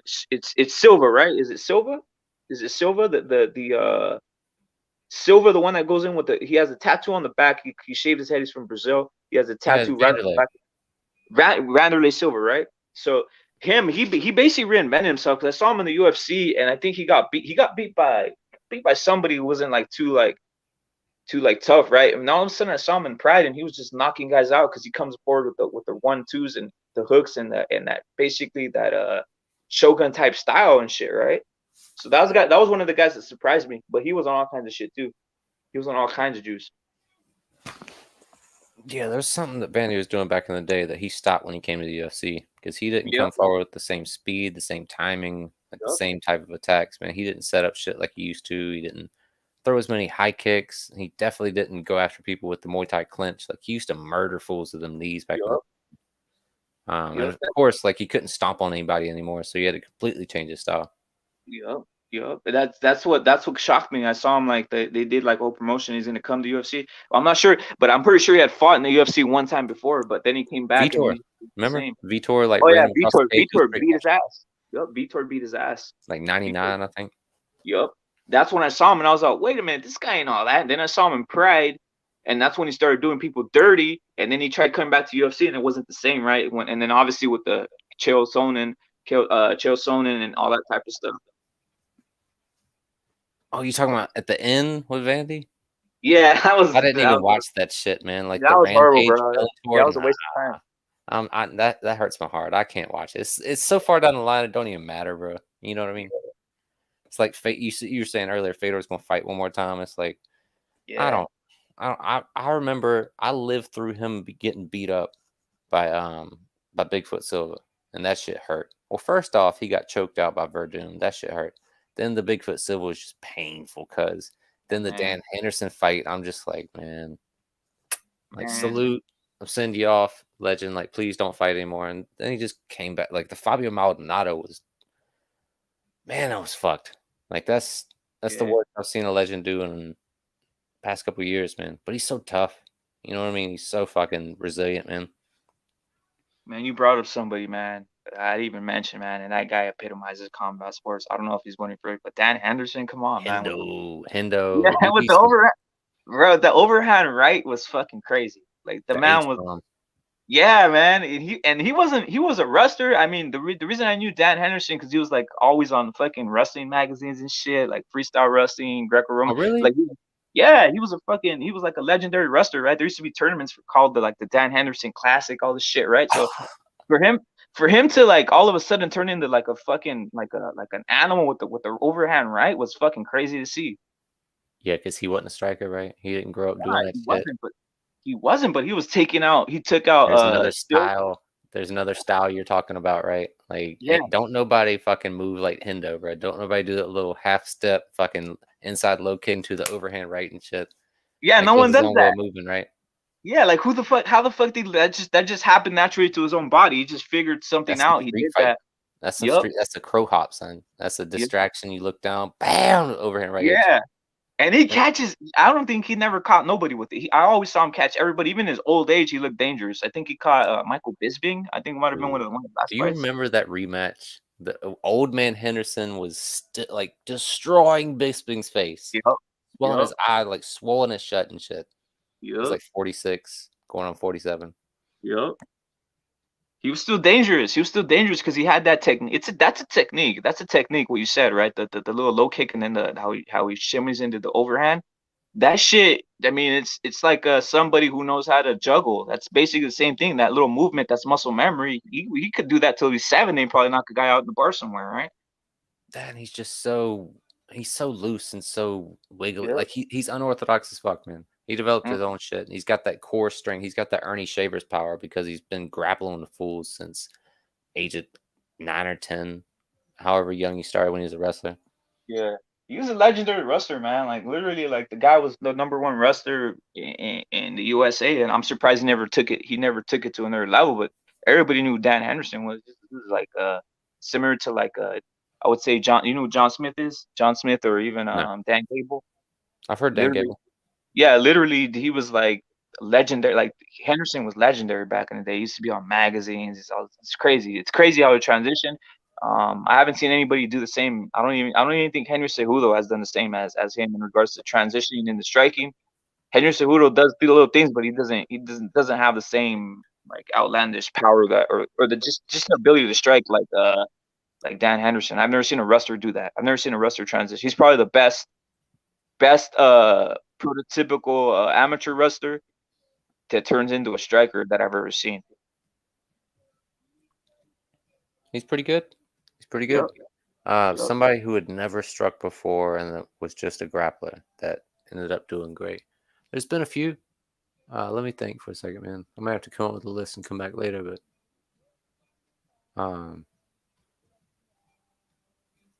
it's hard to find them, bro. Like look at even Ben Askren. I see Ben Askren's not even at the level of Dan Henderson. Look at him. Sakaraba didn't grow up as no prolific Muay Thai fighter, like karate fighter or anything like that, but he's throwing like sweeping low kicks to people's faces and shit like that. His timing was amazing, bro. His timing and his reflexes, man. His accuracy. Well, look at the Phenom, the guy they're trying to push on everybody. What's his name? The guy from Bellator. Now he's in Winklejohn's camp. He was in Bellator. He got knocked out. He was a phenomenal wrestler. He's like 18 years old. What's his name? He just joined Winklejohn's camp. I'm losing his memory, but he was a real great amateur wrestler. He was on. Basically, he could have gone to the Olympics probably if he would have kept on training, but he decided to go the MMA route. I can't even think of his name right now. My brother used to constantly tell me how bad this motherfucker was, and I'd be like, yeah, he's bad. Yeah, he's great. He's a great wrestler, right? And then he got KO'd, and I was kind of like, he got KO'd in Bellator, and I was like, there he goes. It was all that shit, right? Like, The hell's his name, man? I can't think of the guy, man. I have to come back another day, man. I gotta make a video on this shit too. But the guy had a lot of hype, man. The guy had a lot of hype.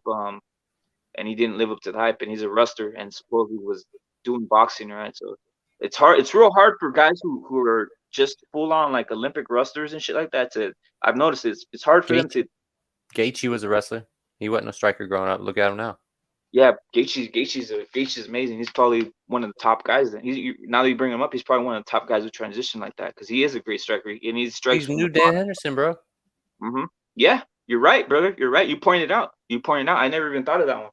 You're right. Gaethje's probably tough, gritty. You know what I mean? Yeah. But how it's hard to come up with one, right? It's hard to think of them because it's really hard for real. It's really hard. Like even Tyron Woodley, right? Tyron Woodley, they said he was a great striker and shit, but no, he wasn't. He had power. Yeah, that's about it. He used to have great timing and he had great power. Now he just has great power. So really, it's not. Look at Brock Lesnar, right? Brock Lesnar never even gave a rat's ass. He just said, "I'm coming in here pounding you out." Same thing. How many people how many people you actually got to think step to Brock in his life, man? How many people actually picked a fight with Brock in his life? Probably the last guy who picked a fight with him was probably when he was like 17, looking skinny, right? If you want to look at the biggest transformation of all time, look at him before he went into Minnesota. When he was in junior college, he was still pretty fucking big, bro. He never let me go on Jay Blues. He never got no like looks in wrestling. You go look at his high school wrestling days. He looks hella skinny, right?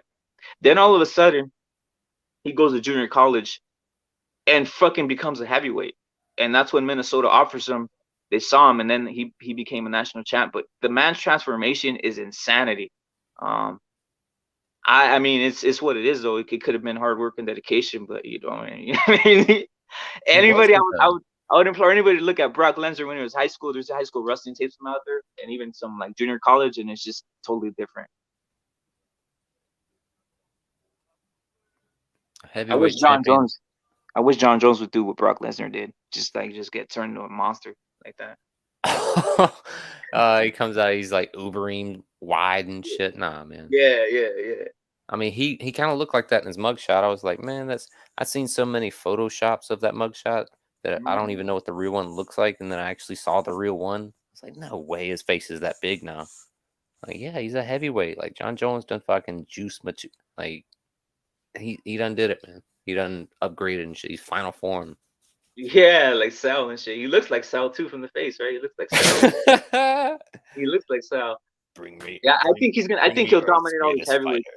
I think he'll keep him away. He'll stay away from the power. Stay away from Ngannou's power. Stay away from Jabril or Cyril or what's his name? Cyril. He'll stay away from that guy's power. He'll stay away from Steve Miocic's power. I think he'll game all these guys realistically. I think he's foolish enough to test it at least once. Do you think he's crazy, bro? Yeah, so you're part of the crew that thinks that maybe he'll bite off too much and chew by going heavyweight, or I think he'll test whoever he's going to fight. I think he's going to test their power. He's going to have it in the back of his mind. Can I really take a heavyweight punch? I don't know. I still haven't got hit yet. I've fought 2 rounds. It's the last round. Let me see if I can lean into one of these Ngannou left hooks, and he might just wake up on the canvas, man. Or at the very least, be hurt, be stumbled, and have to fight through that shit. Well, now that I'm thinking of it, I saw him get kind of hurt versus first time I seen him hurt in that fashion versus Dominic. What's his name? Dominic Reyes. Reyes hurt him. Thiago hurt him with the low kicks. Maybe the body kick once or twice, but yeah, Reyes definitely stung Jon, man. Yup. So the heavyweights would probably it might be hard, but I don't know. I have to see him. I have to see him because some of these heavyweights like Ngannou. The thing that troubles me about Ngannou is that whole matchup with Lewis, right? Derek Lewis, the first one. I saw that he was tentative, and I saw that he didn't want to engage, and I just saw something different in Ngannou. Before that, he was just wrecking everybody, right? But something about Lewis had him like scared. Because Lewis got that detonator. He's got that Deontay Wilder pop. I think he might even hit harder than Deontay, but I mean, I don't think that's the same Stipe, or excuse me, I don't think that's the same Ngannou. Ngannou walked forward against Stipe, man, and out wrestled Stipe. Yeah, And, that was shocking, man. I was going for Stipe that fight. oh, I was dude, that going hurt. That yeah. one, I don't think I've had an actual visceral reaction to seeing somebody get knocked out. That shit, it's on MMA Bet Sergeant's channel, bro. Like, it was so bad. It's so fucked. Like, he murdered him. He murked him with that fucking shot. Yeah, man. Were you going for Stipe in that one, or did you have rooted interest? I was going for Stipe Miocic in that one, man. For real. I didn't believe that Ngannou had changed anything. Like, he hadn't.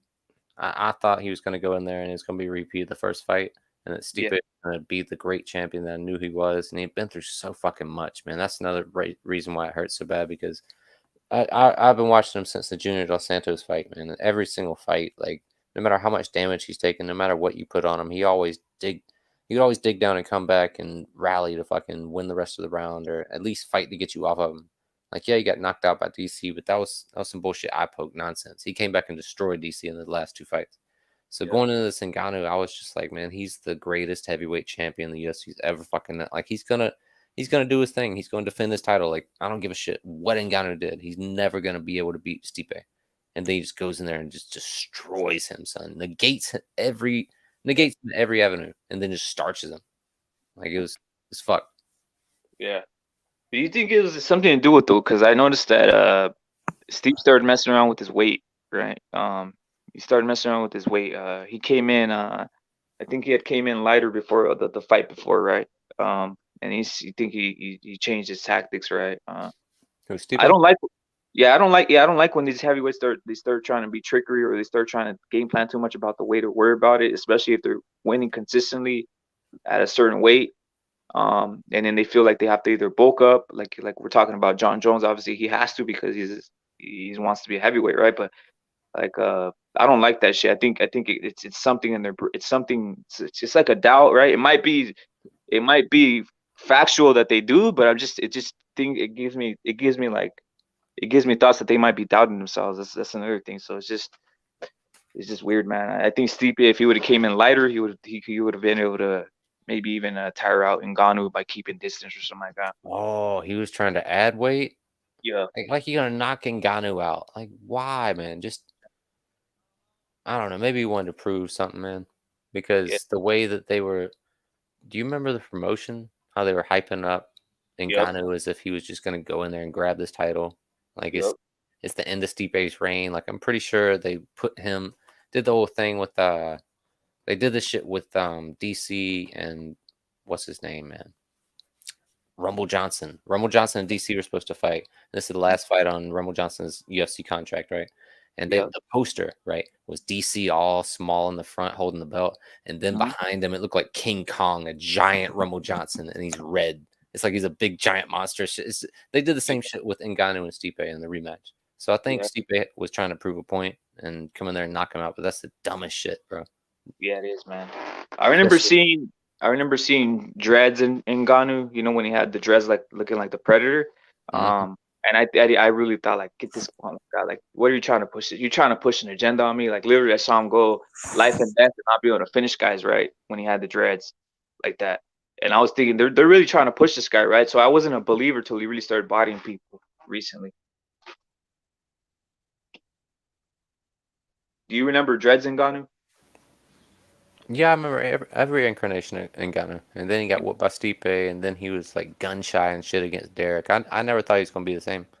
Like, I thought he was exactly what my feeling was. I was like, this guy's done. He's shot. Like, he's shot. And when he did that to me, to Stipe, I was like, man. And again, I'm not a hater. Just I was going for Stipe Miocic that fight. And I was like, shit, what's going on here? Right? Also, what's his name? Jan Blachowicz. I like his fighting style. I like that he beat. That was one of my favorite fights of all time. Is how he beat up Israel Adesanya. And he's gonna be there for a while, man, because no one's gonna give him his credit. I watched the documentary on Jan last night, and like, I forgot, man.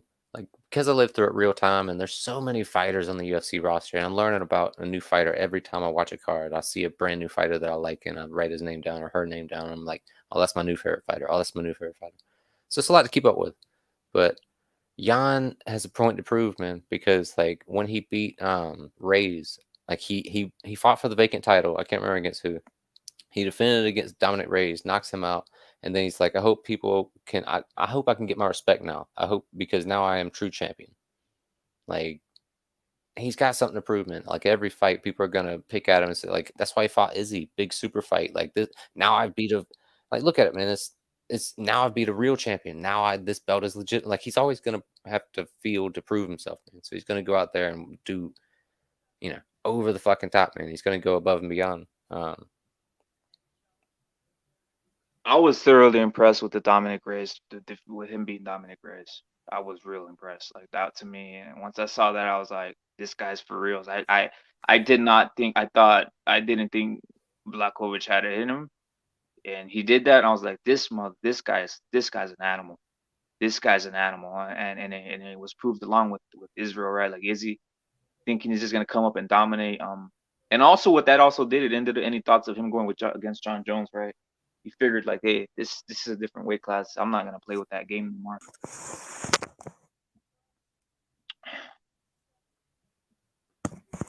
What are you talking about? Izzy? Jon Jones? Yeah. Yep.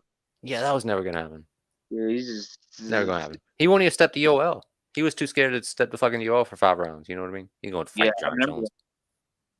Do you rate Israel just at a sign as an exciting fighter currently? Nah, man. No. Me neither. I applaud you, bro. I remember I lived through in real time the Woodley Wonder Boy fights, and I enjoyed them because they were like the suspense in those fights is palpable. Like it's huge. It was boiling. Like the unknowing, the not knowing. You know what I mean? And then it would pop off, and like he hurt Wonder Boy all the way in the 4th, and almost dropped him and shit like that. Like they were tense fights, but the Yoel fucking Izzy fight just put me off so bad, bro. Because he destroyed Whitaker. Before the Whitaker fight, he had the Gastelum fight, right? Yeah. Or was the Gastelum fight a defense of the title? It was a defense, and it was a war, right? It was a war. It might have been for vacant though. It might have been for the vacant bout. Wait, Whitaker Whitaker was the champ though, right? That's how he yeah, won but the title. didn't he get injured though? Remember, Whitaker was out for like a certain amount of time, and I think they might have stripped him. They might have stripped him for something, I think, right? Okay, either way, yeah, those are the last 2 destructive wins that he had on his career. Besides the Paulo Costa, I like the Paulo Costa because Paulo Costa was fucking people up, man. Paulo Costa had that. He truly put Yoel against the back of the cage, and like he put him back on the cage and had him in trouble in a lot of exchanges, bro. He had to have eye surgery because of Paulo Costa head kicking him. Like you seen those fucked up pictures of Yoel's face morphing and shit because of the head kick. That's Paulo, man. So for Izzy to do that, for Izzy to shut Paulo Costa down like that and make it look simple, that's respectable. It's just he picks and chooses his performances, man. Like he really does. The Marvin Vettori fight where he's like squeezing his ass cheeks, like I can't be proud of that. I can't be a fan of that dude. I felt sorry for Vettori. I felt sorry for Vettori because he can tell he was getting frustrated. Like that's one thing Izzy can do, frustrate you and make the game look ugly, right? So I don't like this shit, bro. I don't like this. It's I think something else about the octagon. The octagon's fucking huge. Like at this point, these guys are too great of athletes, and they can really utilize the octagon. Like there's a clip I put up of Brandon Moreno where he literally, this is like one of his earlier fights. He literally gets out of the fucking clinch and then runs fucking like turns his head and runs around the fucking ring from the other guy.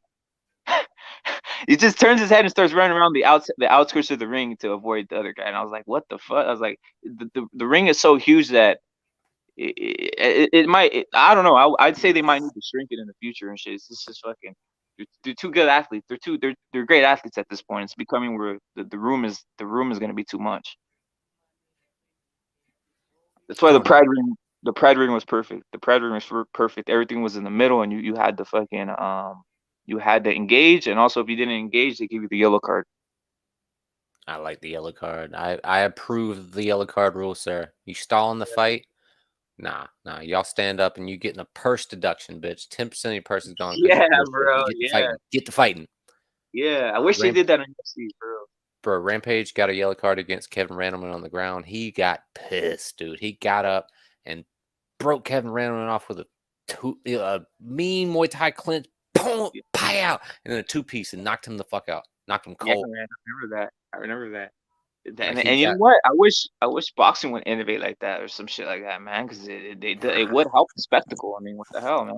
You know what would really help? If they would make the referee a fucking judge again. If they would give him a say in the winner and the loser of the fight. Bro, that's a great idea. That's a great idea.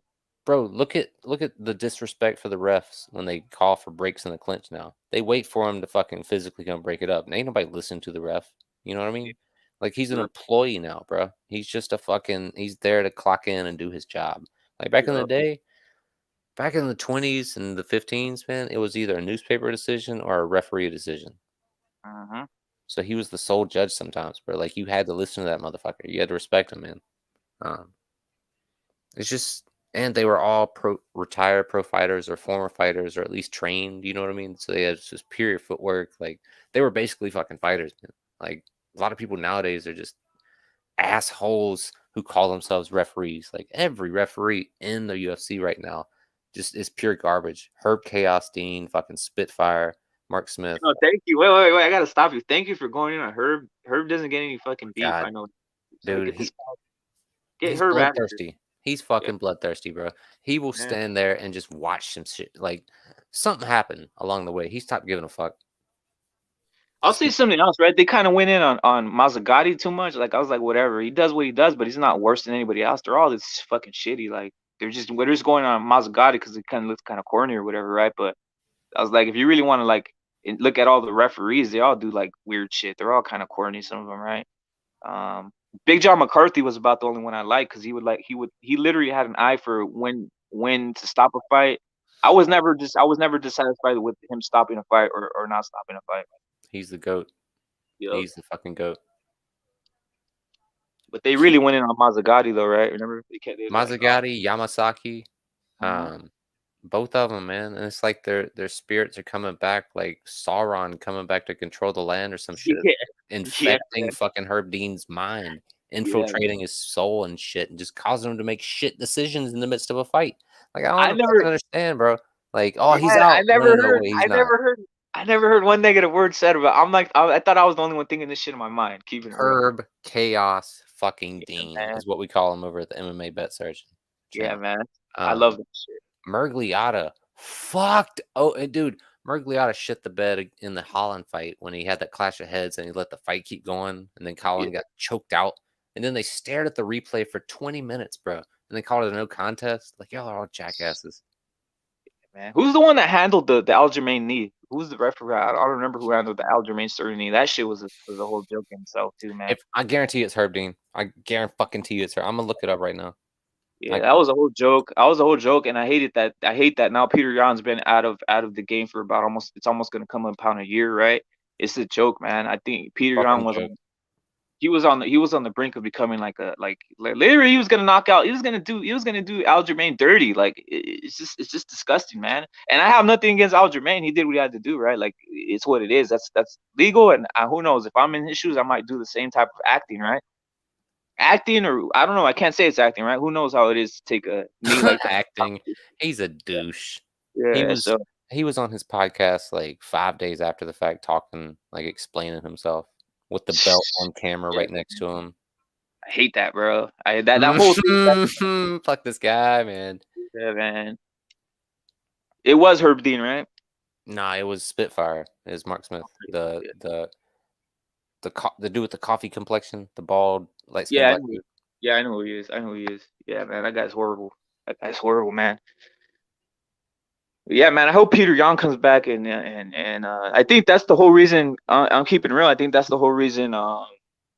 Henry Cejudo really retired, or even didn't want no action up there, because I think that Peter Yan would just fucking done Henry Cejudo real dirty, quick. He fought fucking what's his name? He fought Dominic Cruz and cashed out. Got out before the real fighter got there, man. Yep. Not that Dominic ain't no real fighter, but he's seen better days, son. Like, Dominic's way past him. The look of Dominic Cruz's face when he took that loss, all the shit leading up to it, all the feeling of like superior. He had like he felt that Cejudo was a gifted, not a gifted, but he felt like Cejudo was like a guy that was basically taken care of and almost like the golden boy. And if you know his story in Arizona, they were basically like they basically had Cejudo like a guy who like they had like an mini entourage saying he's the next one, right? Which he ended up winning the Olympics, right? And they had Dominic Cruz that they're looking at him like, why is they treating this guy like the greatest thing ever? And then he goes and talks all that shit about Cejudo being a weirdo, right? And then he gets beat. And the end of the fight, it's hilarious when he takes that L. He doesn't know what to say. That's the first time I've seen Dominic Cruz look wordless and angry. And then he's talking about alcohol and cigarettes, Keith Peterson, an hour later. Yeah, man. For real. For real. What's your feelings on TJ Dillashaw? What you mean? Yeah. Do you feel either way of what happened with his with the EPO, or do you even give a shit about that? I mean, we should make them all pop hot. Like we should expose all the test results or no test results. Like don't just single these dudes out and go, oh, you can't fight for 2 years. Yeah. Like that's the worst fucking thing, man. Just give them, fines, fucking take away their sponsorship, but don't make them ineligible to fight. Like Richard Verdun couldn't fight for 4 years, and then he came back and his body was complete shit. Like he just looked like he lost 200 pounds or some shit. Like he flabby, bro, disgusting. Like he'll never be the same fighter he was. Yeah, I noticed that too. It's the flabs to the side of his like the side of the shorts, right? It's like a little, it's nasty looking, man. He was a beast, man. Like he was a literal monster, bro. Like running first move of the fight versus Travis Brown. He runs, does a leaping front leg side kick to the face and lands it. Kicks Travis Brown in the face, bro. Yo, imagine Verdum in the streets doing that to just a regular human being. He'd fucking kill someone. Do it. He would murk you in a second. Yep. And he's like 6'5", man. He's 6'5", 250, 240. Yeah, you know what I mean? The fact that human beings exist like that and that they're that docile, I applaud humanity for being that docile. Hey, there we go, man. Jiu-jitsu monster, right? Jiu-jitsu specialist turned master striker. Yeah, you're right. Another one. He changed his game quick. I mean, it was insane the way he changed it, and the fact that he did that in the heavyweight division is another thing, right? I usually don't see guys. A lot of guys don't improve their striking in the heavyweight division. If they're strikers, they're strikers. If they're not, right? Just like what's his name? There's a guy like you said, Brown, right? He's never improved his striking. He just has that forward kick and shit. And if he had any type of striking ability, he'd be a fucking killer, right? Travis Brown. He did, rather. Like he was good until he got with Ronda. He knocked some people out with and he has that one, like his one specialty. I don't know if you say the same thing, but his one is that like forward front kick. He does that front kick a lot. That just straight forward that kick. The kick like similar to Anderson Silva, but not to the head. He uses it to the solar plexus. That's one thing I've noticed about him. He has a very strong front kick. And he has knocked out guys. He has knocked out guys with the overhand, right? So you're right. But I see more potential in him because he's built like he's a fucking super heavyweight, man. Man, he was so big and he was so measured. Like his timing and his distance, his control of distance was great back in the day, man. Shot selection, like good uppercut, good left hook, good jab, good front kick, like you said, good distance. Like he knew how to fight tall. He's a big fucker, man. He good power, like destruction inside in the clinch, like the elbows, the short elbows to the side of the head of Josh Barnett. Like before he got with Tarvin or with Ronda and started training with Edmund Tarverdyan, dude, he was gonna do shit. Yeah, man. His gas tank was always suspect, though, right? Brown says his gas tank was always suspect, bro. That's one thing that would always get him too, right? That first round, he'd always go kind of 2 for 2. And then the second round, little by little, he started wearing down a little bit, but he was always a beast, man. He did a lot of guys dirty. He's dangerous. I hope to see him in the ring maybe again with anybody, right? If he's still in UFC, I don't know. I haven't seen him like in wow, man. It's been like 2 years almost, right? No, he's having babies with Ronda, man. He's retired. Yeah, man. Yo, man, I'm about to cut this stream then, J Blues, with this shit, bro. You know so much shit about. It's crazy, man. Ain't nobody else on this channel. I don't think. I know Sergeant knows about MMA, but many guys don't know about and about the old school too, man. Like it's just something that I don't know, man. People just don't respect it. Like I like I like combat sports, and I like seeing guys. I like seeing the past, the future, and everything, man. And a lot of guys don't know what's up, bro.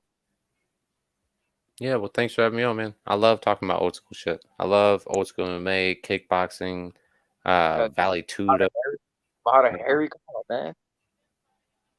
bare knuckle, anything, man. Old school boxing, man. Just combat sports in general, man. So, Facts. Wait, one more thing though. One more thing. Nate Diaz, man. I didn't get your whole thing on Nate Diaz. what about him? Anything you want to say about him? Where do you rate him? What do you think about his style? What do you think about the giving up? And also, I'll ask you, what do you think? How do you think he would do in No Limits? I think if No Limits existed, No Limit fighting, he'd probably be very high up there as one of the best fighters. No Limit time, I'm saying. You said giving up. You mean Nick or Nate? Nate. Nate's good. Nate's like I don't want to call him a top tier journeyman. I really don't, but like he's my Arturo Gatti of this generation. Like he's not Arturo Gatti, but he is Arturo Gatti like. You know what I mean? He has the same qualities of never say die and just the motherfucker starts bleeding on the way to the ring and shit. And just his perseverance, man, and his he's a true fighter. The grit, man. You can't shit like that. You can't ask somebody to do that. You can't buy that. He's an old school fighter at heart, and he could be a lot better. I don't think he trains. Like every single time I get juiced up to see Nate fight, he comes out there and gets his ass kicked, man. Like it's hard being Team 209 sometimes, man. Yeah, the Masvidal one specifically, right? You just started getting fucking ran through the first rounds. I was like, what the hell am I watching here, man? Like literally, he couldn't. I was still like, come on, Nate, you got this, homie. Yeah. You got this. Just land on him, hurt him, and start chipping at him, man. And he didn't get a chance to. I was like, Nate, have you not seen quick twitch muscle before? Have you not seen guys who have quick? He literally looked like he didn't know what the hell was coming. He literally like he never seen fast punches before. I was like, what the hell's going on here? And he wasn't just tagging Nate. He was hitting him in combination. He's putting his together, and he was fucking him up. It was fucking him up, bro. It was crazy, bro. I was sitting there thinking, like, what the hell am I watching here? Like, what the hell? But and Nate's still just like double fingers, like, fuck you, come on, let's go. And like, you gonna do that until you go to sleep, Nate. Like, what did you do in terms of training? And then, like, in the second Connor fight, which is one of the biggest fights I'll ever fucking have lived through, like one of my first real moments watching a live fight that I'll remember forever, man. Forever, I'll fucking remember that fight and where I was, who I was with. That, like, he gave Connor all he wanted in that second half of the fight. Of course, the first half he fucking rearranged Nate's face and shit. Now it droops to the left, like.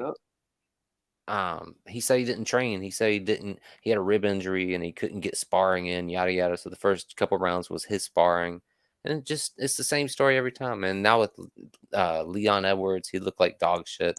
I love Nate, but I want to see that Michael Johnson Nate, that's styling on motherfuckers with the 1-2, fainting, head slipping shit with head movement, and then crossing his arms, laughing at him, pointing because he has like, where's that Nate gone to, man?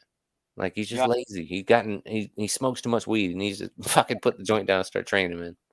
Man. And even like at least even have some also, I don't know how you feel about this, at least have some transition in the game. If you want to invite someone, at least test them to see if they can handle your jiu-jitsu at least one time in the match, right? At least try luring them into a triangle, because he used to be the master of the triangle. He used to get guys in triangle all the time, and literally you never see him even trying to get guys into that game. You should at least test it once to see if they can handle it, right? Just put that out there, see if they can handle it. But he doesn't even try that no more, right? I don't know. I think that he should have never fought Connor, and we wouldn't be looking at him like, we would be satisfied with what he is. Like, since he fought Connor, we all want to look at him like he's on this elite level, and he's just not, man. Like, he's fucking not. Like, he's a beloved star. He's a classic fighter that you cannot miss watching. but that don't make him a top 10 rated dude. Like, that make him a top 5 rated dude. He might be in the top 10, but like, come on, man. Like, he ain't beaten. When's the last time he's got a significant win? You know what I mean? It was Connor.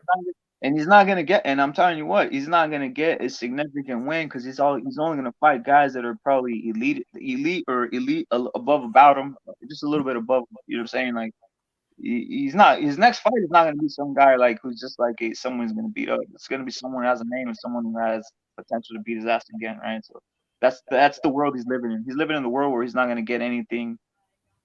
He's not gonna get any fight that's not something that's probably above his level in a sense, right? I kept thinking during the Leon Edwards fight, man, like, how many more years can Nate do this? Go in here, undertrained, outmatched, outgunned, and just take damage and have 2 or 3 moments that people remember and say, "Oh, he almost had him. Oh, Nate got his ass in that. You remember that one punch? He smacked him." Yeah. How many more years can he take this before he just starts getting knocked out, man? Well, he's going to the wheels fall off. I'm telling you that right now. He's going to. We saw Nick Diaz look pathetic, right? Versus Robbie Lawler, like he didn't. Don't say pathetic, bro. I had to say it, man, because that wasn't him. That his whole persona wasn't. That wasn't even his persona. The fact he was submitting, not in the sense of, oh, please do me dirty, but what I'm saying is, when I saw that, I said the spirit is gone. The spirit of rebellious, the spirit of like this is a fight is gone, right? And I was like, this is Robbie Lawler got him fair and square. And by the way, Robbie Lawler is older than Nick Diaz. Not in. Well, maybe in miles. Maybe they've had the same type of fights. But dude, I don't think in terms of partying that. Yeah, I think, you know what I mean. Right. I think Nick, when he got banned, when he got hit with that 5-year weed ban after the Silva fight, the Anderson Silva fight, I think Nick Diaz died as a fighter. Yep. And we saw Nick Diaz, the trainer, the coach. Yep. His body structure, his face, everything just looks like a rundown individual, right? I don't know who the fuck that was in that cage, man. Yeah, I went hard, but man, this shit was like I was rooting like the same thing that like we were talking about Nate. I was like, yo, Nick, you're gonna knock this guy. You're gonna like have one of those epic fights, and this shit happened. I was like, nah, we're done here. Let's wrap it up and put Nick in the give him a grand tour or like a weed tour. I don't know. Get out of the game because I don't see him fighting anybody that he can beat. That's not a name, right? Because you can't have Nick fighting like I don't know. He said, "Give me Usman." Yeah, you can't have him find something like that. You can't have him find something like that. So it's what it is, man. So we're gonna wrap it up, guys, and we could have probably done a whole thing on Nick and Nate Diaz, but whatever. We're out of here. But subscribe to J Blues Radio. I should have said that during the thing too. Thank you, man. Hey, J Blues, you're gonna put out some more music, or what? How long do you work on your music daily, bro? About 2 or 3 hours every single day. Yeah. I'm working on a track, man. I've gone to dropping shit every 1 to 2 or 1 to 3 days to just. I'm gonna start working on a track per week, like put a whole week's worth into just one track and then drop that shit. So when you put your shit up, you don't ever get like someone's like, hey, wait a minute, the AI tries tracking you, or because music is music, right? So even if it's creative, sometimes just one part can be similar to another type of track. So then AI's never tried getting you that like that. Like they'd be like, wait a minute, this little section might sound like something else. No, it never copyrights it at all. My shit is my shit. Hell yeah, that's the way it should be. So salute to J Blues Radio. The man knows his MMA, knows boxing. Probably shit. I'm not gonna lie. Probably so far anybody on the panel knows across the board. I never had anybody knows everything across the board like this. It's insanity, man. Oh, I don't know shit. I'm a casual man. Nah, bro. Like seriously, you went across the board. Like it's hard for me to find someone who can go from boxing.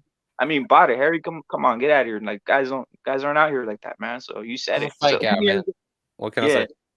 Yeah. So hey, so everybody out, we're out, and for what rep it for J Blues Radio, we're out here, guys. Peace.